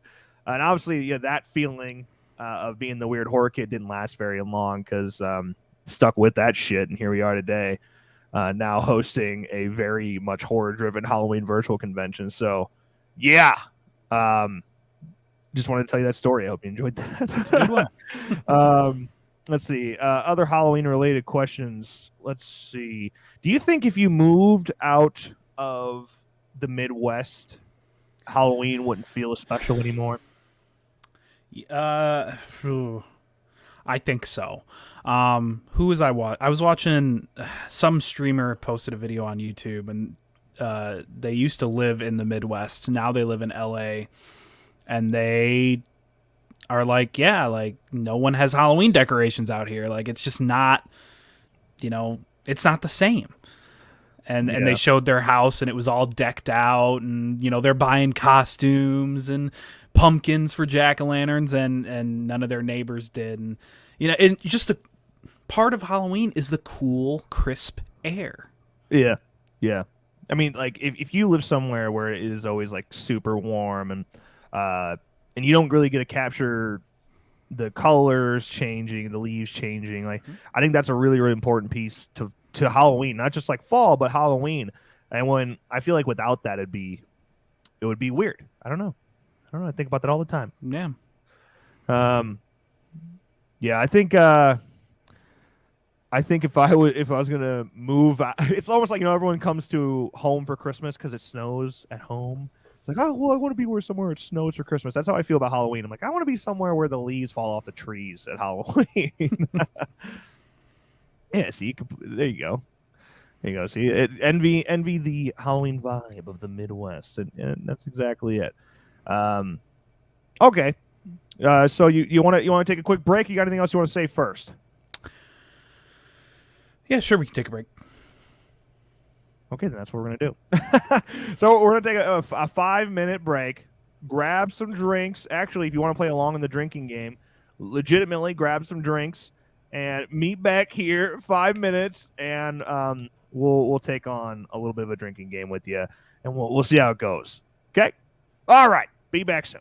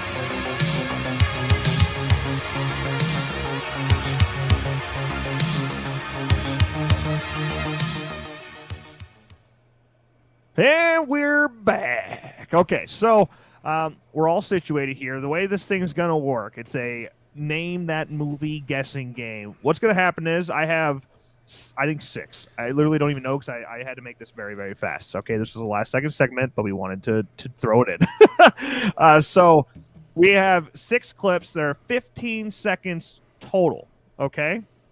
But what's going to happen is I'm going to play the clip for Nick, all right? First, I'm going to play 7 seconds of that clip.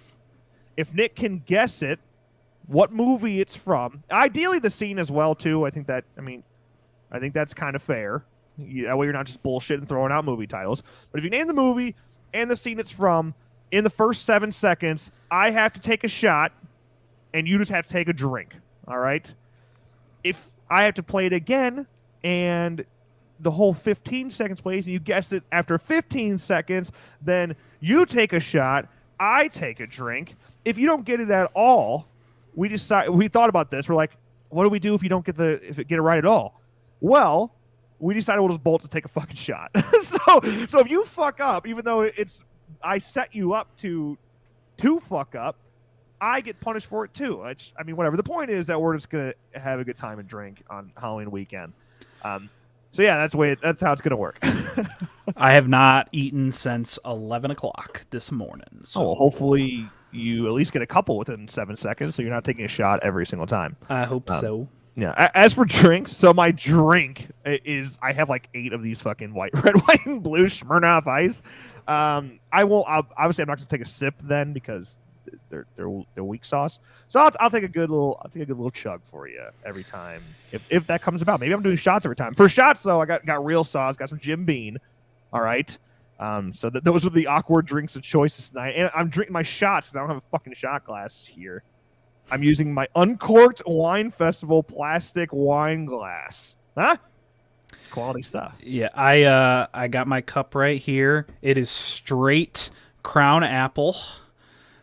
Gotta love it. And then for my shots, I do have a shot glass, and I'll be taking Fireball. If things go really wrong and I run out of Fireball, I have 3 of these little shooters, and then I'll go on to the little Tito's. Wow. So wait, you don't have anything like to drink, like normal? Normal to drink is the Crown Apple. Is the Crown Apple? Wow. It's straight Crown Apple. Yep. Wow. Okay, so you're playing even more stupid than I am. Yeah. Noted. Okay. Okay.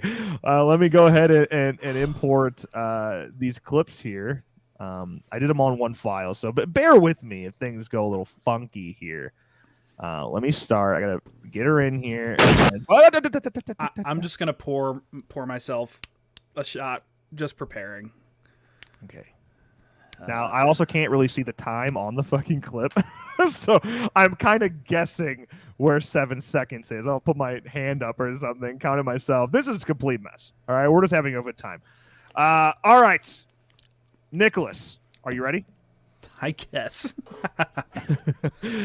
All right, clip number 1, 7 seconds playing. Again, play in the chat. Nick, don't fucking look at the chat. I am going to get rid of the chat now. I didn't even think about it. Yeah, it's gone. You cheating fuck. It's gone.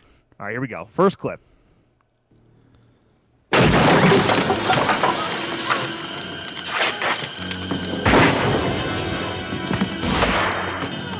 I gave you a long 7 seconds. The only thing that came to my mind is Halloween 2 in the hospital, with where maybe Loomis shot him in the eyes.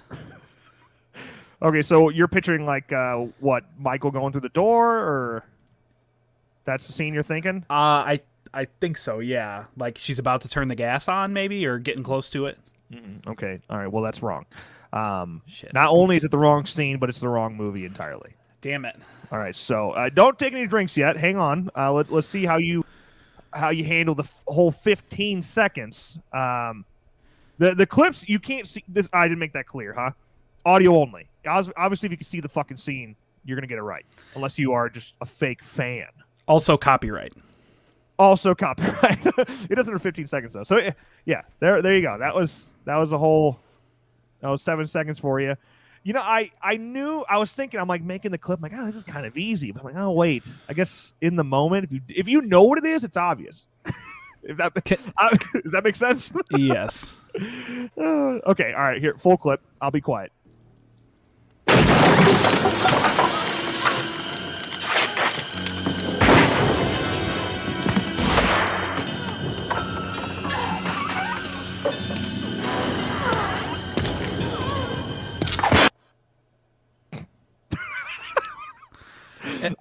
I'll help you because that one's probably one of the hardest ones. The score is really important but that said, there is a certain sound in the most quiet part of that clip. We hear, these little that sound is really important. Can I ask, was I on the right franchise? No. But it's a franchise. I don't know. Yeah, it is. It is. Let me just start at like 7 seconds in again. Listen, listen really closely to this, and that last sound, that last loud sound, is important as well. Okay, here we go. Right here, listen.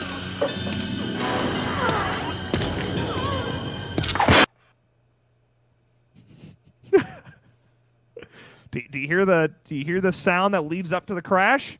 Not the girl crying, but the other. Do you see what I'm doing here? Those are footsteps. Those are fucking footsteps. I'm giving it away. Those are footsteps. There's a very specific part of those footsteps that applies to this movie. I'm not helping you, am I? Is it like Bride of Chucky? No. I really want you to get it. I don't know when I call it on you and say no. One more time. Please listen to the footsteps. There's a important piece to those footsteps.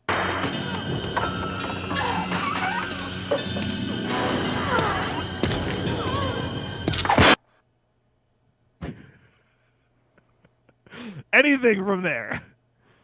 What do you hear with those footsteps? Shit. I think this is the hardest one. Now that I'm thinking about it, this might be the hardest one. Like when I hear the music. By the way, nobody in the chat has gotten it right. When I hear the music, it sounds like Friday the 13th. But the footsteps. Think about it. Why would they sound like that? Because it's Kid Tommy. No. All right, you ready to see the answer? Yeah. There it is. Now that you know what movie it is, can you think of what's happening there? I'm still trying to think of the little footsteps. The footsteps, the reason they're important to me is that they're wet. And part 8 is wet the whole fucking movie. So it's like they're wet, they're slimy, wet footsteps. And now that last bit of that clip there, that crash.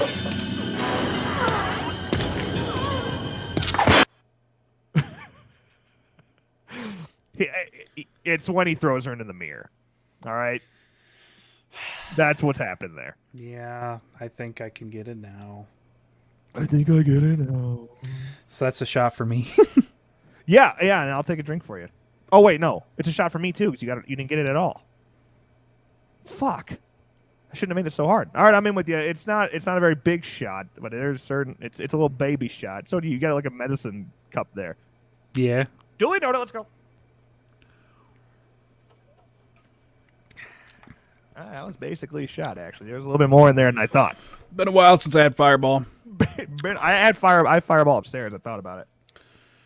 All right. Cool. Okay. Now I'm using more alcohol as my whatever. Shout out to Wayne for getting it right. Okay. Are you ready for clip number 2? Yes. All right, clip number 2. Here we go. I don't know yet. What does that smell? Shh. Hang on a second. I think I found something.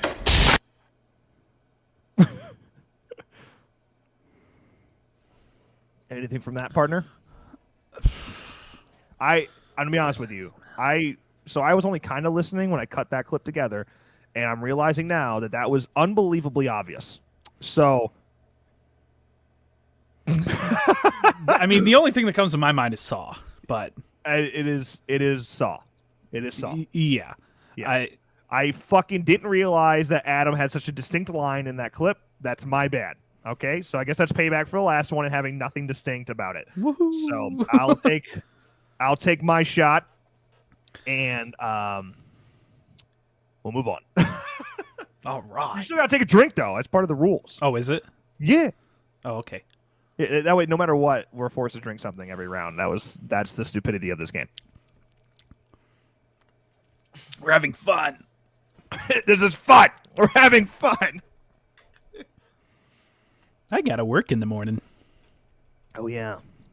We'll do it again tomorrow. You gotta work on Sunday? Negative. Oh, okay. We'll get drunk tomorrow too. Check. Okay. Oh, okay. All right, good job. I'll play the rest of the clip just for shits and giggles. Here's the full clip. In my head, the lights turning on was the most obvious part. It wasn't making the clip, but then Adam literally says, "Oh, what's that smell?" And it's pretty obvious. What does that smell? Yeah. Shh. Hang on a second. I think I found something.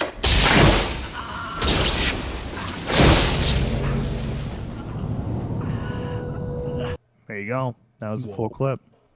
Yeah. All right. Let's dive into clip number 3. Are you ready? Yeah. Hold on. Okay, here we go. All right, roll it.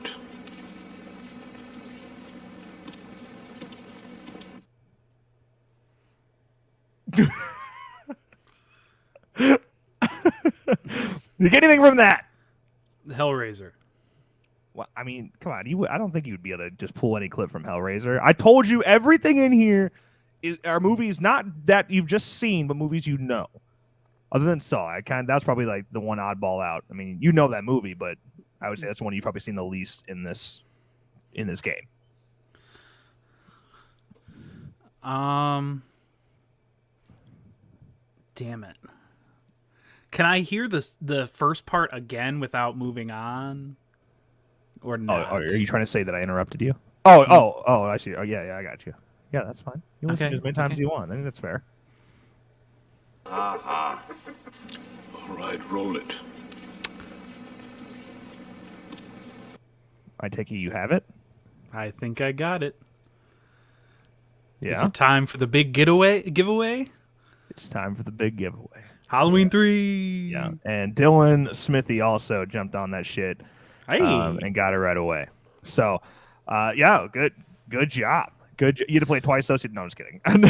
That's fair. Let's listen to the rest of the clip, though. Because at the end, I made the rest of these clips where if you were to go the full 15 seconds, no matter what, you'll get them right. Okay. So, that's basically what I did there. Listen, you'll understand why in a second.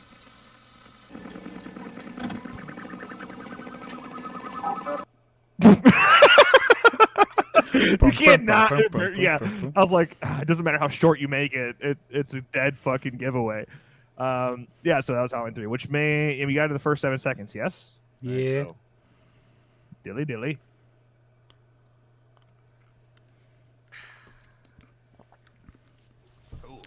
Ooh, that one didn't go down so smoothly.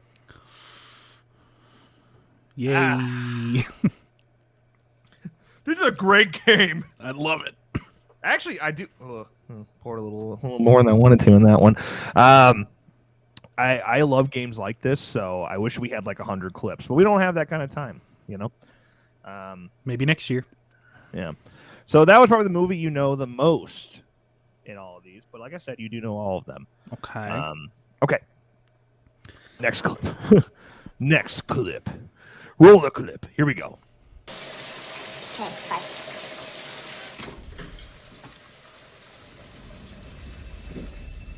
That felt like 7 seconds to me. I wasn't counting, but get anything from that? I mean, I put a line of dialogue in there. Yeah, I wasn't paying attention, and then I heard the end.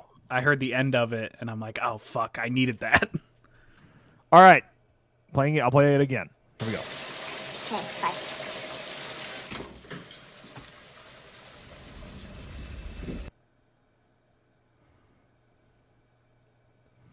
Please advise. Play the whole clip. You didn't get it? You don't know it? No. Listen one more time. Try one more time. I really want to take the shot, Nick. Try one more time. Okay. Okay. Listen really closely. Okay, bye.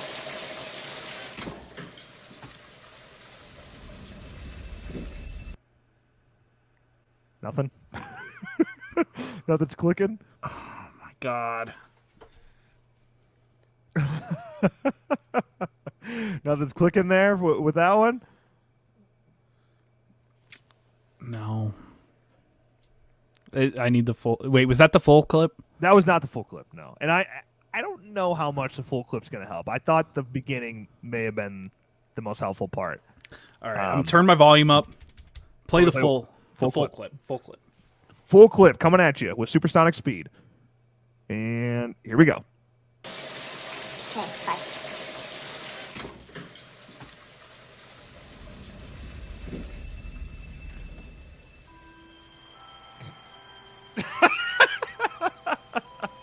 There it is. There it is. I know that shower anyway. That's I know what you did last summer. Yeah, it is. That was a good one. Okay, bye. Yeah, like the first times I heard it, I'm like, what is she saying? And then I'm like, oh. And I heard the water. I was gonna put more in there, but like her voice, Yeah. we would jump all over it. Yeah, okay, bye. Yeah, and then I didn't want to get to the necklace spin. I thought that was a dead giveaway too. Oh, 100%. That sound didn't make it in there, but there's enough there. So yeah, it is. I know it's last summer.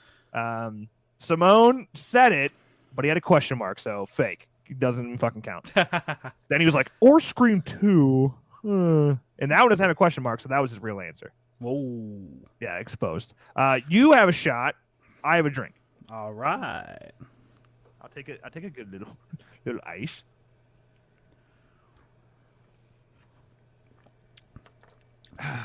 Second one went down a little smoother.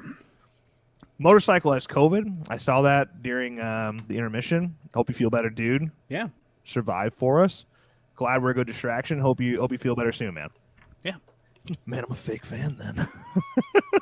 Man, I'm a fake fan then. Okay. Next clip. Roll the clip. In a second. Here we go. Mr. Garrett? Sorry. Listen, Thoughts? Fuck. No. I promise you everyone in the chat is going to get it. Well, I'm not looking at the chat, am I? I'm not in the chat, am I? Can you play just that again? Yeah. Oh, yeah. I'll do that for you. Here we go. Mr. Garrett? sorry. Listen, Thoughts? I forget what the quote is, but is it "Cat's got your tongue"? Like that's the next line? What are Is you that- saying? That's a movie?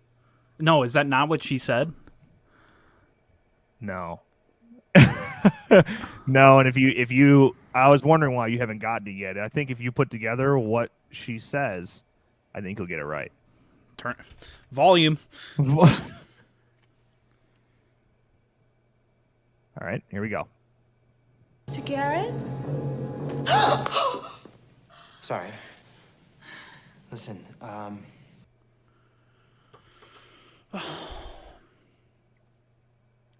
Is it?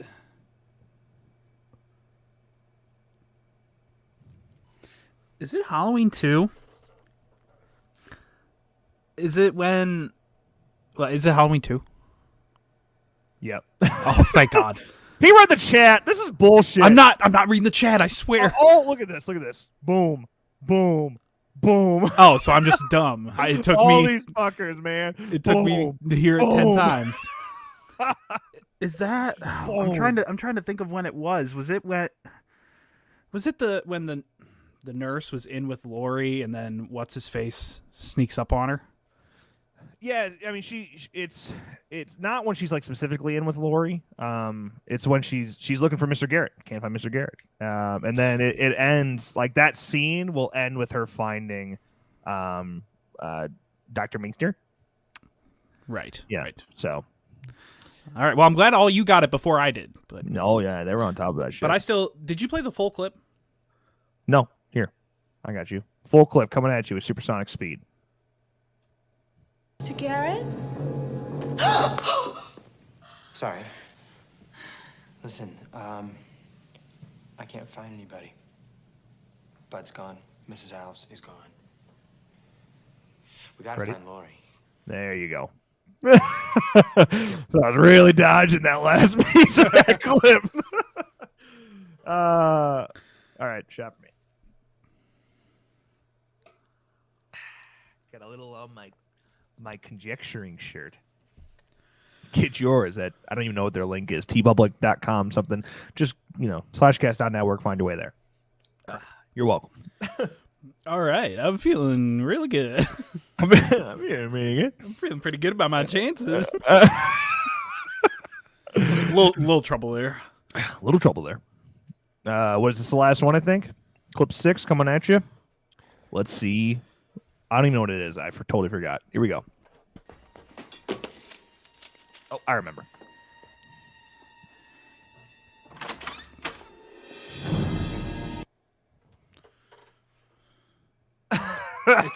It's so familiar. Oh, of course it's familiar. But basically, this is just a test to see if you know the score or not. At least in the first 7 seconds. Thoughts? Run it back. You got it, partner. Now, I want the exact scene, okay?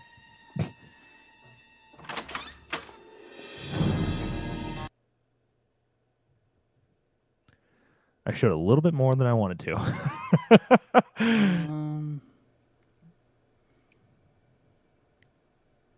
Fuck. You know what? Just play the whole clip. Really? I don't Well, got it. you're definitely going to get the movie. Okay. You may not get the scene, but you'll get the movie. Here we go.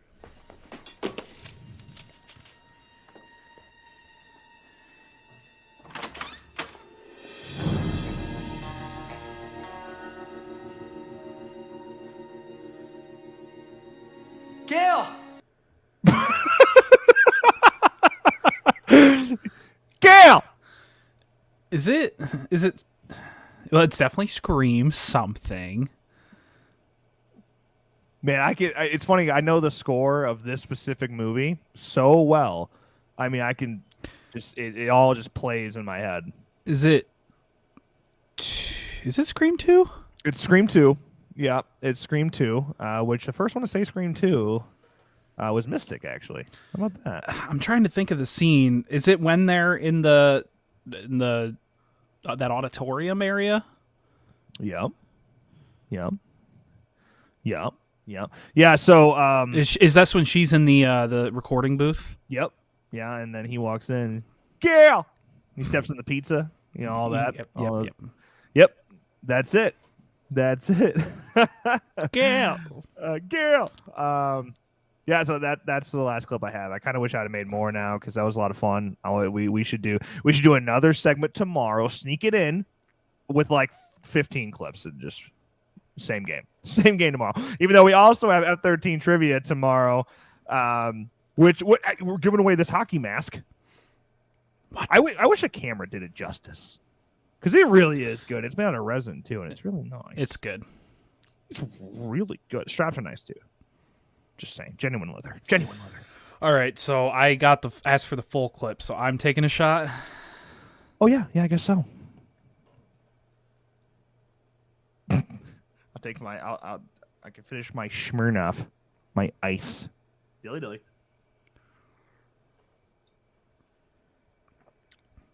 That one went right down. Hi, I'm an alcoholic. Sheesh. All right, so that's a wrap on that segment.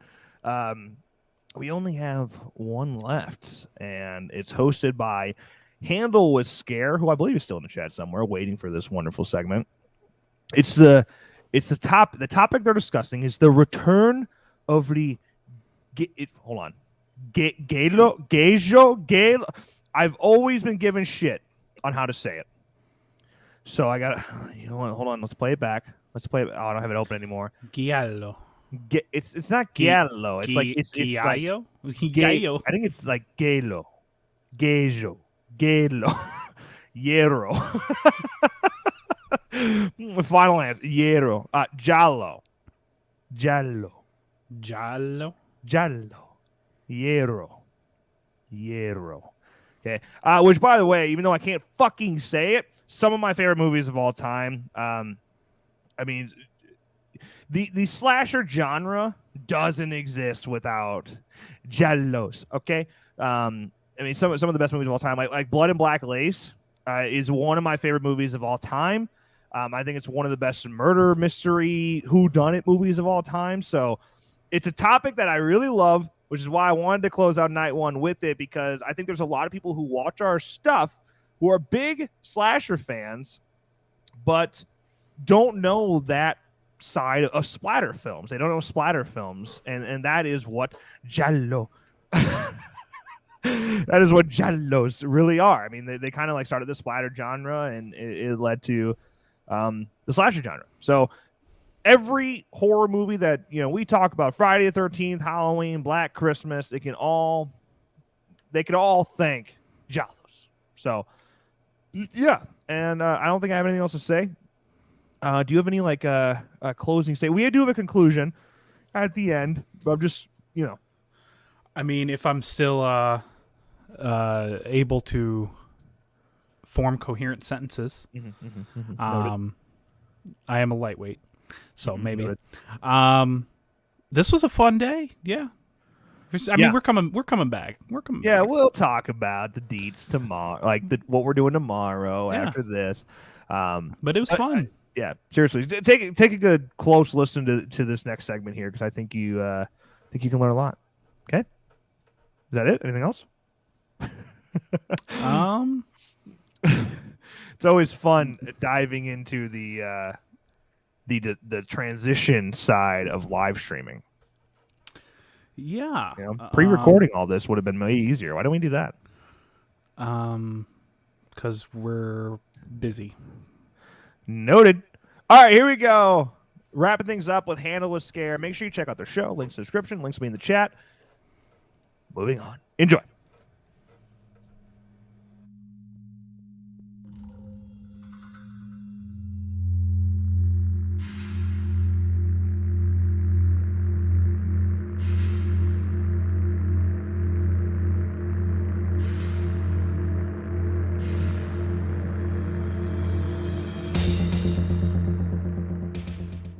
Welcome, boils and ghouls, to the /Incast Halloween virtual convention. We are Handle with Scare, a horror podcast discussing our love of horror movies and the phobias they emphasize.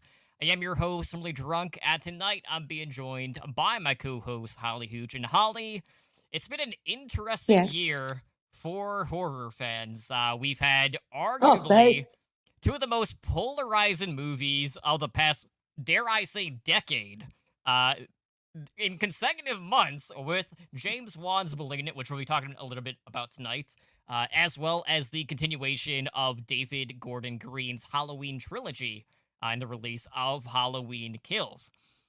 And on to that, the recent slew of slasher news with the installments for Chucky, Slumber Party Massacre, Scream, and the aforementioned Halloween Kills. I Know What You Did Last Summer.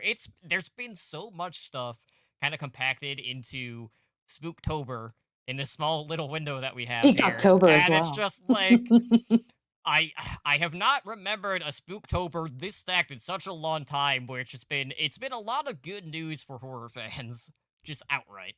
It feels like it's been October for a long time, and I really like that feeling. Just nonstop horror. Love it. And you say these movies are so divisive. I'm so ready for movies to be the divisive thing we're talking about. So I'm very, very happy to be talking about horror today. Absolutely. So yes, there has been a lot of stuff going on within the slasher subgenre here recently.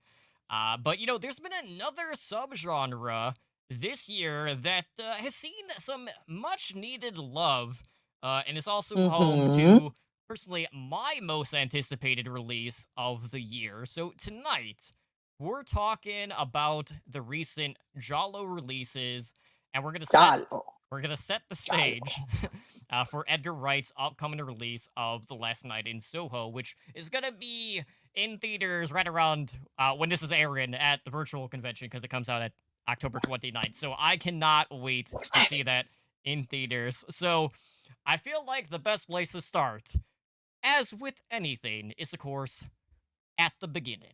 The beginning. Yes. So in the beginning, La ragazza che sapeva troppo. in the before time, right? Giallo had spawned from the late 1920s pulp crime novels, and they really saw their heyday in the 1970s on the big screen. So basically what you had is, for the films, you had added elements of horror, of madness, more eroticism, which really transformed these crime stories into more of a psychological type thriller. And a little bit of fetish. Yeah, I mean, let's be real. a lot of fetish stuff. And It's hot stuff, steamy. So compared to like the books, Giallo murders on screen are way more grotesque, usually more artistic. Sometimes, it's psychosexual in nature. I mean, that's kind of true for some other subgenres as well. But what In the rest of my life. yeah, what has stayed true to the books is the whodunit sort of mystery element of the stories. So that remains intact from the book to the big screen.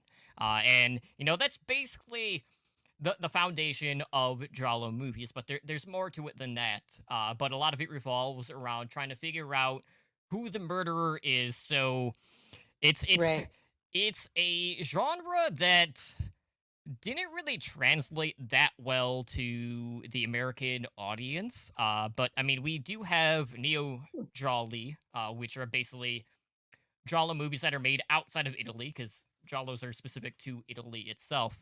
And we have seen a lot of like neo films coming out in recent years. I think probably the most known one might be like the Neon Demon, which dealt more with like the fashion industry. Yeah, absolutely. Or even like in fabric, also dealing with the fashion industry. Funny how that just keeps popping up in movies. It was on one of the movies that we were recently talking about in some cases with The Stylist, which is also fantastic. But I felt like, there are certain films in this subgenre that really kind of help ease people into discovering what these movies are all about and just have a deeper appreciation for cinema outright. So I figured, let's talk about some of the Giallo movies that stood out to us that really kind of like got us into it, or just movies that would be a good transition piece to explore more options. So anything coming to the top of your head, because there's a lot to kind of choose from within this genre. So I mean, like one of the films that's considered to be one of the first ones of this, which the one that I talked about before, which is The Girl That Knew Too Much. That's a fairly mild sort of introduction to horror in general. So that's when you were saying the introductions, I wasn't sure if we wanted to talk about introduction to horror or introduction to Giallo. Whereas this movie is black and white. It's the story is easy to digest. There's not too much grotesque shit going on. And I really love I love black and white horror movies. But honestly, if you really, really want to get that visceral Giallo, you really got to go to the 70s, like you were saying, and see that really hyperpigmentation. Wait, that's something else. Hyperpigmentation, or just those really vibrant colors that were so popular in those movies. Blood that looks like straight up paint because it's so thick, and a lot of eye stuff. Just a lot of eye stuff. So, and of course, the typical ones come to mind, like Deep Red and whatnot. How about for you? Well, which ones are some of your favorites? Well, Deep Red is definitely one that I would consider to be like the quintessential Giallo piece. I know Suspiria probably gets way more love for Dario Argento or just even genre specific. But with Deep Red, you just have more twist to it. You have a very stunning ending to that movie that puts Deep Red just over the top. And yes, it does make a lot more. It's easier to follow and easier to digest for the general audience. You can be on drugs and you can still understand the movie. Unlike Suspiria, I gotta know what's going on. But if I like were 3 watches, yeah. If I were to like hand select one that I feel like is the easiest one to kind of like blur the lines, I would probably favor Bay of Blood more, which came out in 1971, directed by Mario Bava, just because that is more of a slasher than it is a Giallo outright. But, this is a movie that had such a huge inspiration on Friday the 13th. Which came out in 1980. So there are a lot of comparisons between the two, just story-wise, and even some of the kills in the movie.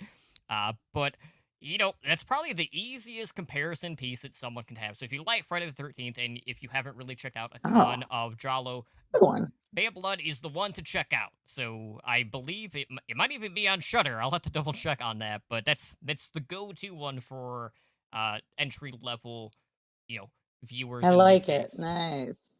That's much better than my shit. All right, let's do that. So that's why you're watching, everybody. Yeah.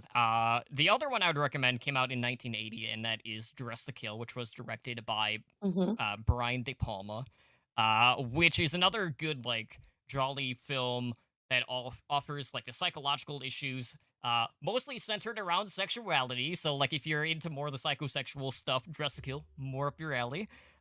It's more of like the voyeurism Giallo entry. So if you're more into that stuff, Dress to Kill is probably going to be the better one out of the lot. But for the general fan base of Bay of Blood, top of the charts in that regard. But that's where we kind of began. But I want to talk about the recent films that we have seen. So, Holly, I know today. I want to talk about Last Matinee. I know today you just watched The Last Matinee, which was released. I know. Stateside. It was so amazing. Released stateside a couple of months ago on video on demand, but it came out. I want to say it was in Spain in 2020, but it's new to the U.S. audience, and I have to say, when I came into this movie, all I knew about it was I saw the poster and I was like, okay, I'm in. This was a blind watch for me. I knew it was a Neo Giallo. Oh, that must have been nice. So I was like, okay, I'm going to give this a shot. And I was blown away by it, because really the only thing I had seen on it were like some snippets here and there from Bloody Disgusting, because it was like one of the releases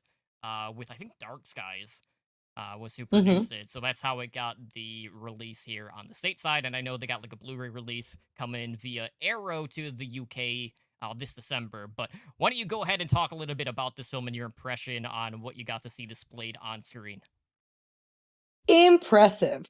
So one of the biggest things that I liked about it, there was the gore. The gore was pretty fantastic. It was just, it really does everything you want it to do. Whenever a scene is set up for you, you're like, oh no, don't do that thing. Oh, he did it.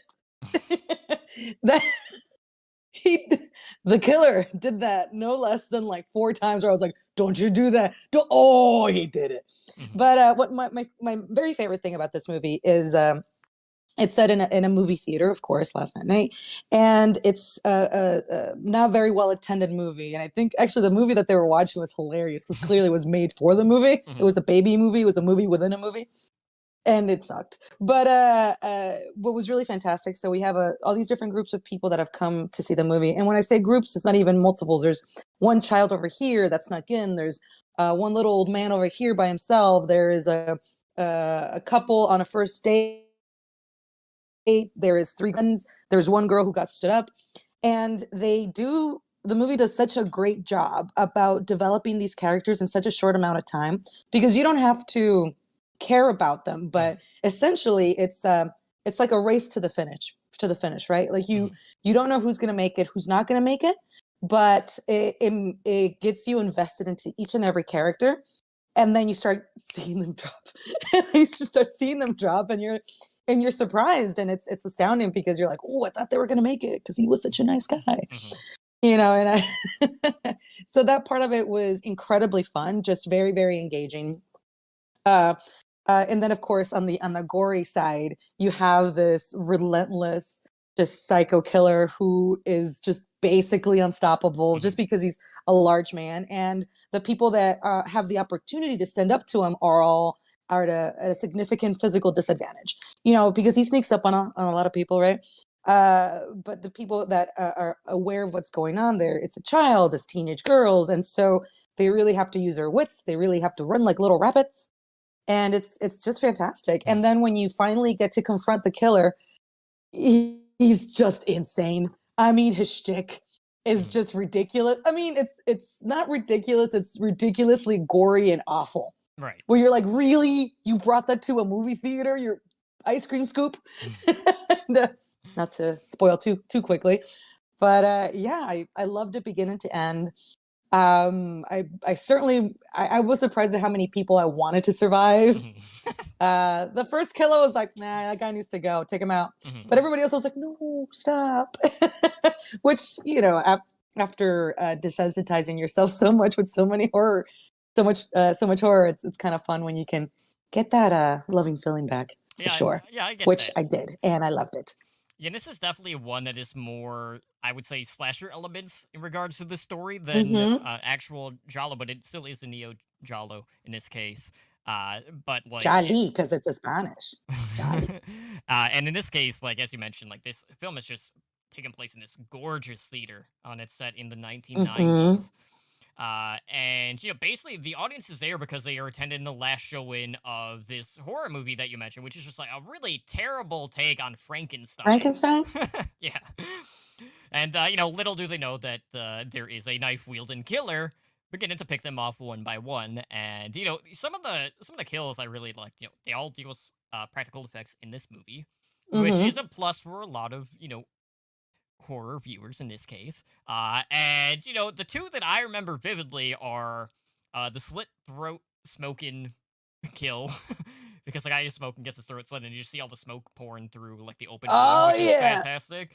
It kind of reminded me of like Itchy the Killer in regards to the whole like dragon smoke, because he's got like the slit smile, which was a pretty cool thing to see. And also you had that first kiss impalement, which the teenagers are like, the young lovers. Man, they've been at it for a while now. They've been stuck together for like 10 minutes. Yeah, what's going on here? Which, if I remember being a teenager correctly, that you can go 10 minutes like that without moving with shitty kissing techniques. My favorite kills, well, I can't say kills because they weren't kills so much as like parts. So my favorite part was when you, well, no, now that I think about it, I'm pretty basic about it because it's all the ending stuff where you realize that he's scooping out everybody's eyeballs. And pickling them. And then That's when the he most eats important and aspect pickling them, and he mixes it up, and then he and then of course when he's got to remove his own eyeball, that was pretty great.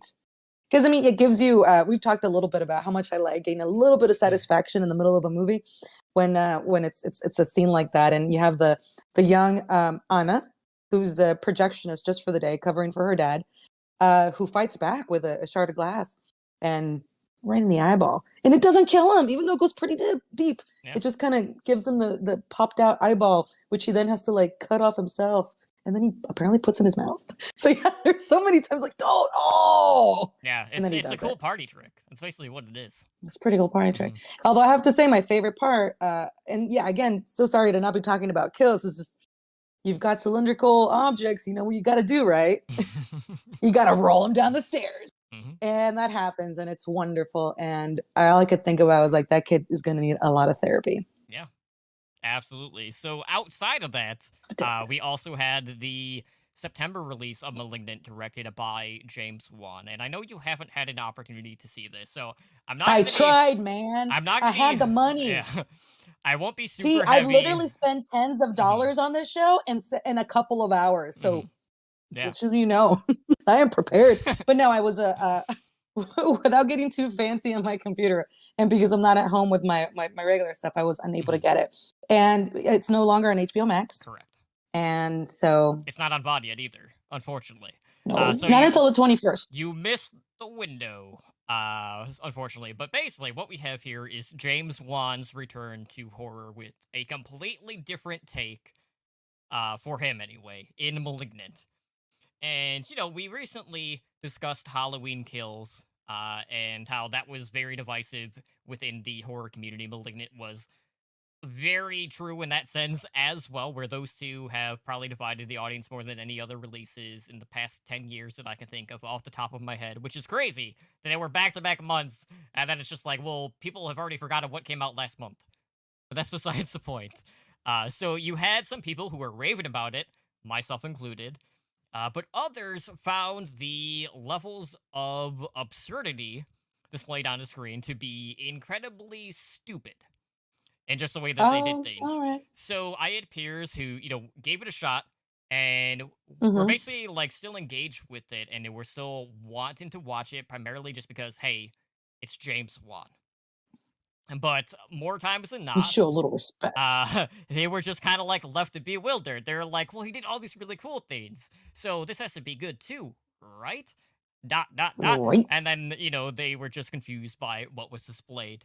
So Ah. *Malignant* Ah. is one of those movies that is an experience in its own right. And mileage varies person to person with this type of movie. You know, it's a hard movie to tackle Mhm. because Mhm. any sort of comparison that I would make to this movie would ruin a major part of the actual movie in the third act. So I can't really say what it reminds me of because of that very thing. So all I will say to you, Holly, is that Yes. going in, whenever you do have an opportunity to view this, expect an ungodly level of camp and cheese that you've never seen from a James Wan feature. So That's how I like my movies. what That's you how I like my have here, burrito. yeah, what you have in *Malignant* is a movie chock full of these 90s tropes of the genre, which, you know, I think is another thing that could help ease people into actually viewing it. But, you know, it's just how much are you willing to actually accept? Because things do get pretty wonky and batshit crazy, and, you know, that's why it has been so divisive. But I had a really good time with it. I thought it was an absolute blast. But, you know, it's one of those movies that I understand the viewpoints of people not liking it because it is Mhm. very absurd in its own right. And when you compare it to the other filmography that James Wan has done, it's just like, it's a complete detour that just feels so far out of left field. You're like, wait, James Wan made this movie? Well, I'm not above not above, but I like my movies kind of messy. I mean, I know we just I kind of took a dig at Suspiria because it's kind of hard to follow, but I'm a fan of Nightbreed and Society, and those are batshit crazy movies. So I'm excited to see this. Yeah, I know some So people you know what I'm do. going to be doing on the 21st, Yeah, watching which it. is tomorrow. It comes out tomorrow. Or, you know, as of when this airs, like a week and a half ago, but that's besides the point. But you know, it's one of the interesting things about this is, you know, James Wan envisioned this as Giallo, but it doesn't necessarily have all of those elements. Like, you do have like the, you know, the leather gloves, you have the mystery Mhm. behind the killer, you have very grotesque kills and over the top cheese aspects as well. But there's not as much mystery behind the killer itself compared to the traditional whodunit. But outside of that, Right. everything kind of falls Okay. where you would kind of expect it for the subgenres. So I definitely recommend it. And you're either gonna love it or you're gonna hate it. I don't think there's gonna be a middle ground. But Well, you I'm know, excited to find out. you enjoy a lot more of you know, just variety. So I'm assuming it's gonna be right up your alley. Oh, that's exciting. I'm just so happy with all the different all the movies, all the content coming out. It's just it's definitely a horror lover's paradise these days. Mhm. I dig it. So many streaming services too. So I'm really blown away by like how many different places we can go ahead and view horror movies for free. So, and then it doesn't matter though. I still pay money for some of them. Like, shit, $4. And I'm Wow, pretty. that's just a drink at a bar. Let's just do this. I remember reading it earlier today, and as we're recording this, this is a week and a half before the convention, that Bloody Disgusting had partnered with Screambox, which is another horror streaming Ooh, service. Screambox. So looks like they're.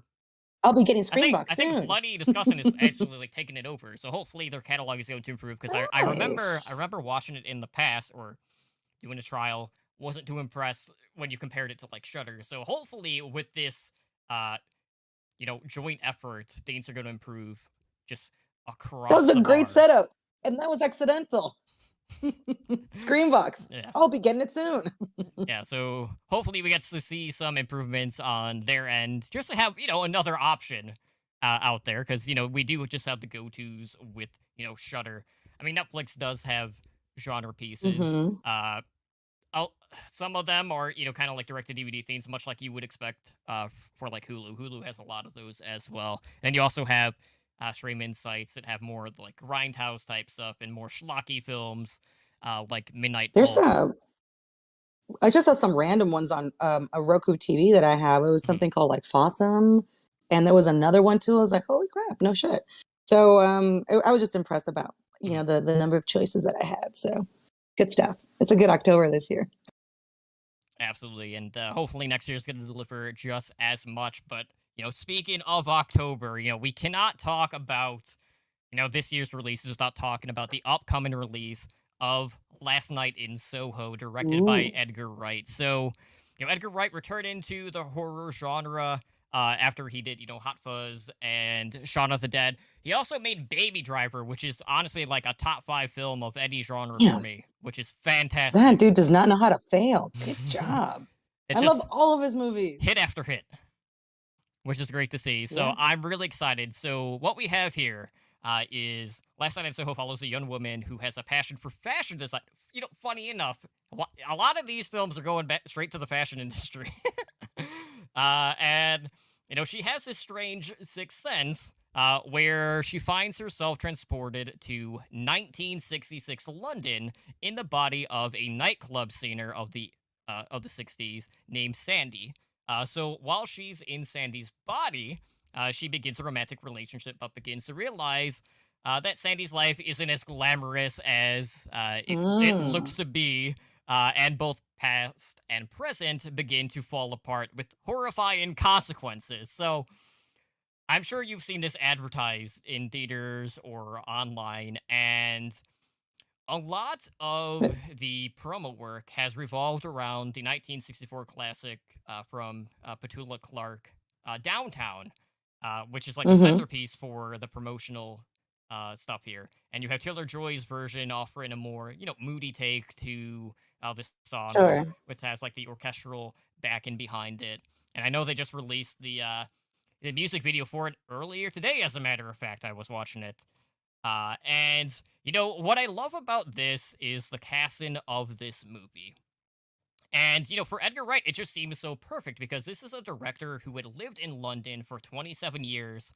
And most of that time was spent in Soho rather than other places that he had lived. So it's this more Neat. of a comfort area for him. So he wanted to make sure not only did he have the present time perfect for his surroundings, but he also wanted to capture that 1960s aesthetic also in the same area. So I'm really looking forward to this. And Taylor It's gonna be Joy good. has She's so hot right now. she's been in so many things, right? Like, obviously The Witch. The Witch is the first thing that was the catalyst. That was the spark that lit the flame, and then we had Morgan, which she was the main character in. She was in Split, also the sequel for Glass. She was prominent in The New Mutants. Granted, that was an absolutely trash movie, besides the point. But she was also in The Queen's Gambit. So she's done movies, she's done TV, but like, talk about a strain of work. Like, I can't remember Yeah, someone good blowing up this job. quick and just being so prominently featured in her shoes. So she really feels like almost a modern day scream queen in her own right. She really does, and good for her. We have a couple of those coming up. We reviewed recently The Guest, and can you remind me that actress's name? Oh, I don't have it on hand. I'll pull up IMDb. But she was the That's one true. who was in It Follows. Exactly. She's really wonderful. Like, it's just exciting to see all these awesome actors getting a chance to really shine and giving us a chance to fall in love with them every time. It was Mika Monroe. Oh, there you go. I was never going to remember that.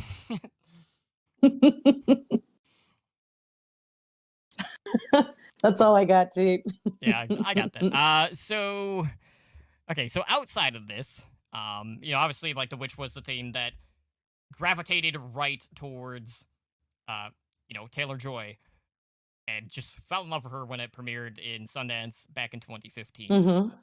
And we've seen her rise to prominence, and one of the things that I'm interested about is just the story that this is telling, because a lot of it, in Wright's own words, is a lot of people kind of like glamorize the past, but they only remember like the good things about it.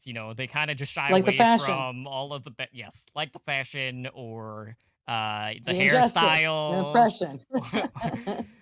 or the music at the time, or the movies. You can go on and on about multiple different facets of life in this case.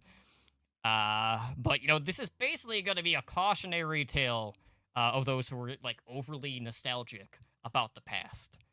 Because like there really has been no perfect decade where everything was good and then nothing was bad, because that doesn't exist. It does not. It's just like, oh, I'm just really into old money, as it turns out. So I'm looking forward to this because I think it's gonna speak to me. I'm glad. I'm excited. So yeah, I'm very curious to see if this is going to be more of the slasher approach to Giallo, or if it's going to be straight Giallo. But either way, everything I have seen about this movie, and I've really liked promotional work that they've done, because when the first trailer came out, they did it from the fashion designer's perspective, and then on the next one, they did the opposite, where they were focusing more on the singer. So we kind of got two different views of the movie already, and then we get to see them both merge when the movie comes out theatrically. So I'm looking forward to it. I know a lot of other people are as well. But, when people were talking like their most hyped movie for 2021, I know a lot of people were like, Halloween Kills, I can't wait to see the continuation. And, some people... How'd that turn out? definitely regretted that. But for me... Edgar Wright's track record, just the fact that I love this subgenre so much, and it's not one that gets featured all that much on the stateside, so knowing that he's behind it gives me a lot of faith. And Taylor-Joy's always fantastic to watch on the screen, and she's fantastic. Like that 60s look so perfectly. So it's like a match made She in really heaven. does. Agreed. Yep, I can't wait. And I love Giallo and Jali. Fantastic.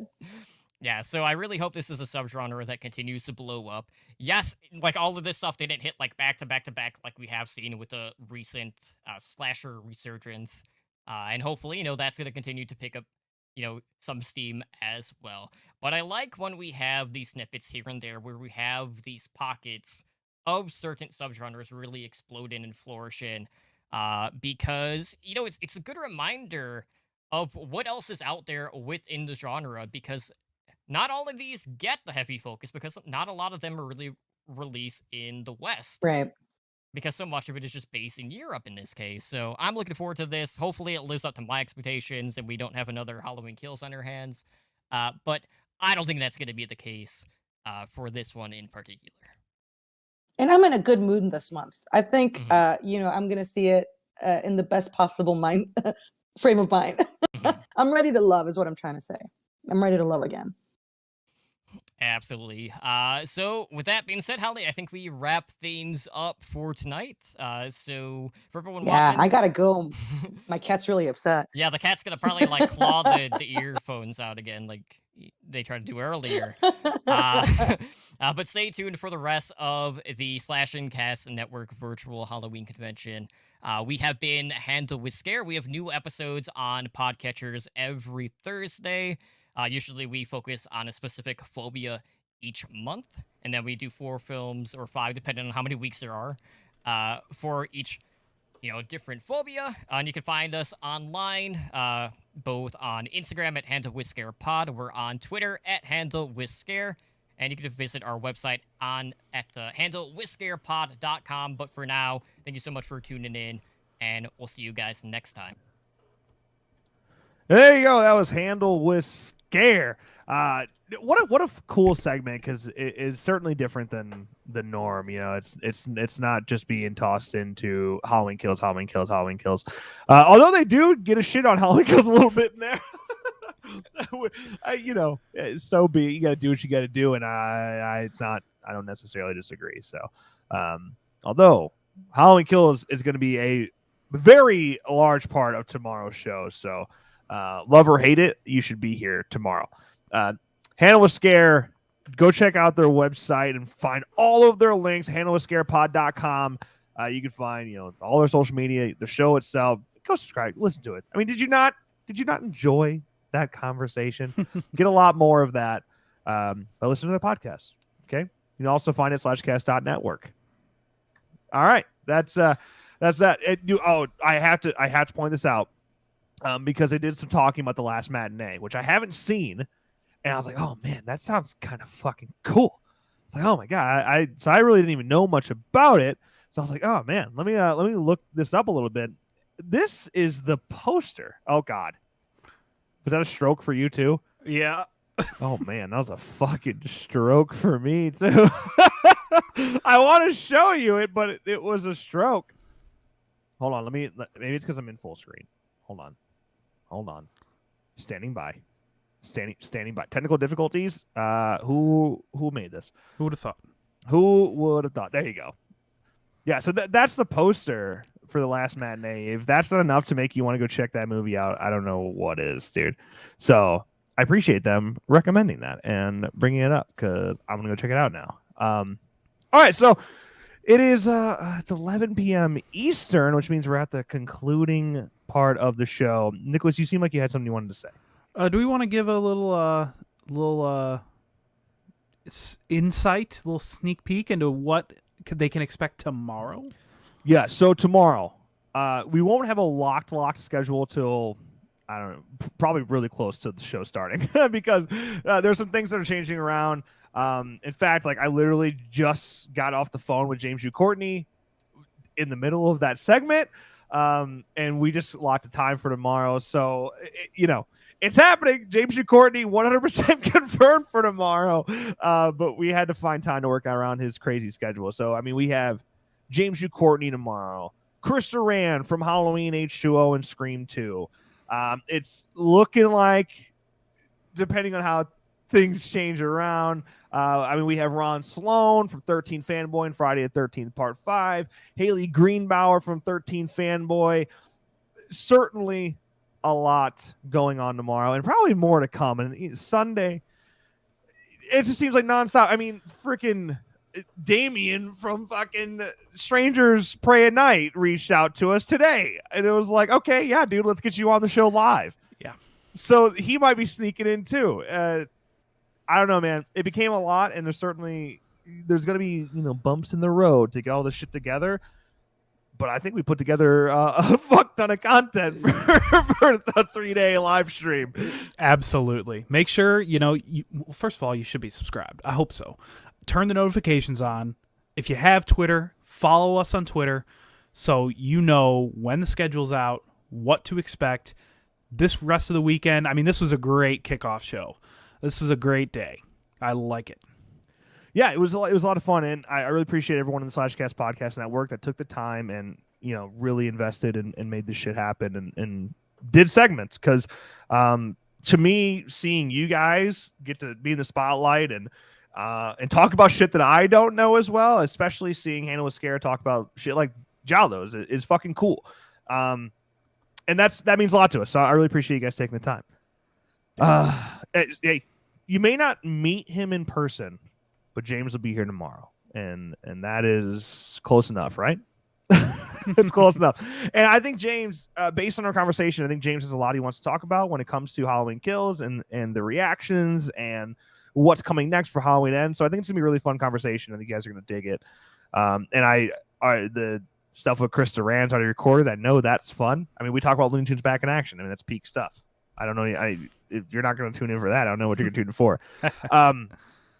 So that is going to close out day one, night one of the Halloween Virtual Convention 2021. I've had a blast so far. I hope you guys are having fun with it too. There's a shit ton more to come. So make sure you, again, like Nick said, have those noties on so you don't miss anything. Be here tomorrow. If you do happen to miss something, you're busy. It's all recorded. It'll be available. You can check it out anytime you want. So Nick has work tomorrow. He's hitting the hay. He's not going to be part of the little after party. I have some time. All right. What I'm thinking, and I'll literally let y'all take a poll during our little stream ending screen. Let me know what you're thinking in the comments. I can either go live probably for members because I don't want to fuck up the algorithm with the convention. And I don't know if I can play like the Scream goddamn DLC for Call of Duty, or we can head over to Stream Lounge, I'm thinking, and we could do like a live commentary to the original Halloween or anything on Shudder, Netflix, or whatever. So just let me know what you're thinking, and I'll do it for you. I'll do it for you, okay? Nick, anything else? Thank y'all for being here. It was a great time. Come back tomorrow. Yeah, and Sunday. Because of how much fun we had with the whole clip thing, in having Nick guess movie scenes and movies, think we might try to sneak that in as well again tomorrow, but extend it, make it more like 30, 45 hour long, and get really sloshed during it. There's also F13 trivia tomorrow, and we are giving away this Part 7 mask. The only way to be a part of that is if you're here live. I'm sorry if you're busy and can't make it, but that's the reality of the scenario. Okay, so Part 7, beautiful hockey mask, signed by Mr. Hodder himself, and I have legitimate proof. I have pictures that he signed this. It's real. So if you want to have the easiest win for hockey mask, be there. Okay, I think that's it. All right. So again, as the stream ending screen's on, let me know what you guys want to do for the after party. Okay. I think that's it. I'm gonna throw on the fucking thing, the ending screen. With that, as always, thank you guys so much for watching, and we'll see you tomorrow for day 2 of the Halloween Virtual Convention. Adios, amigos.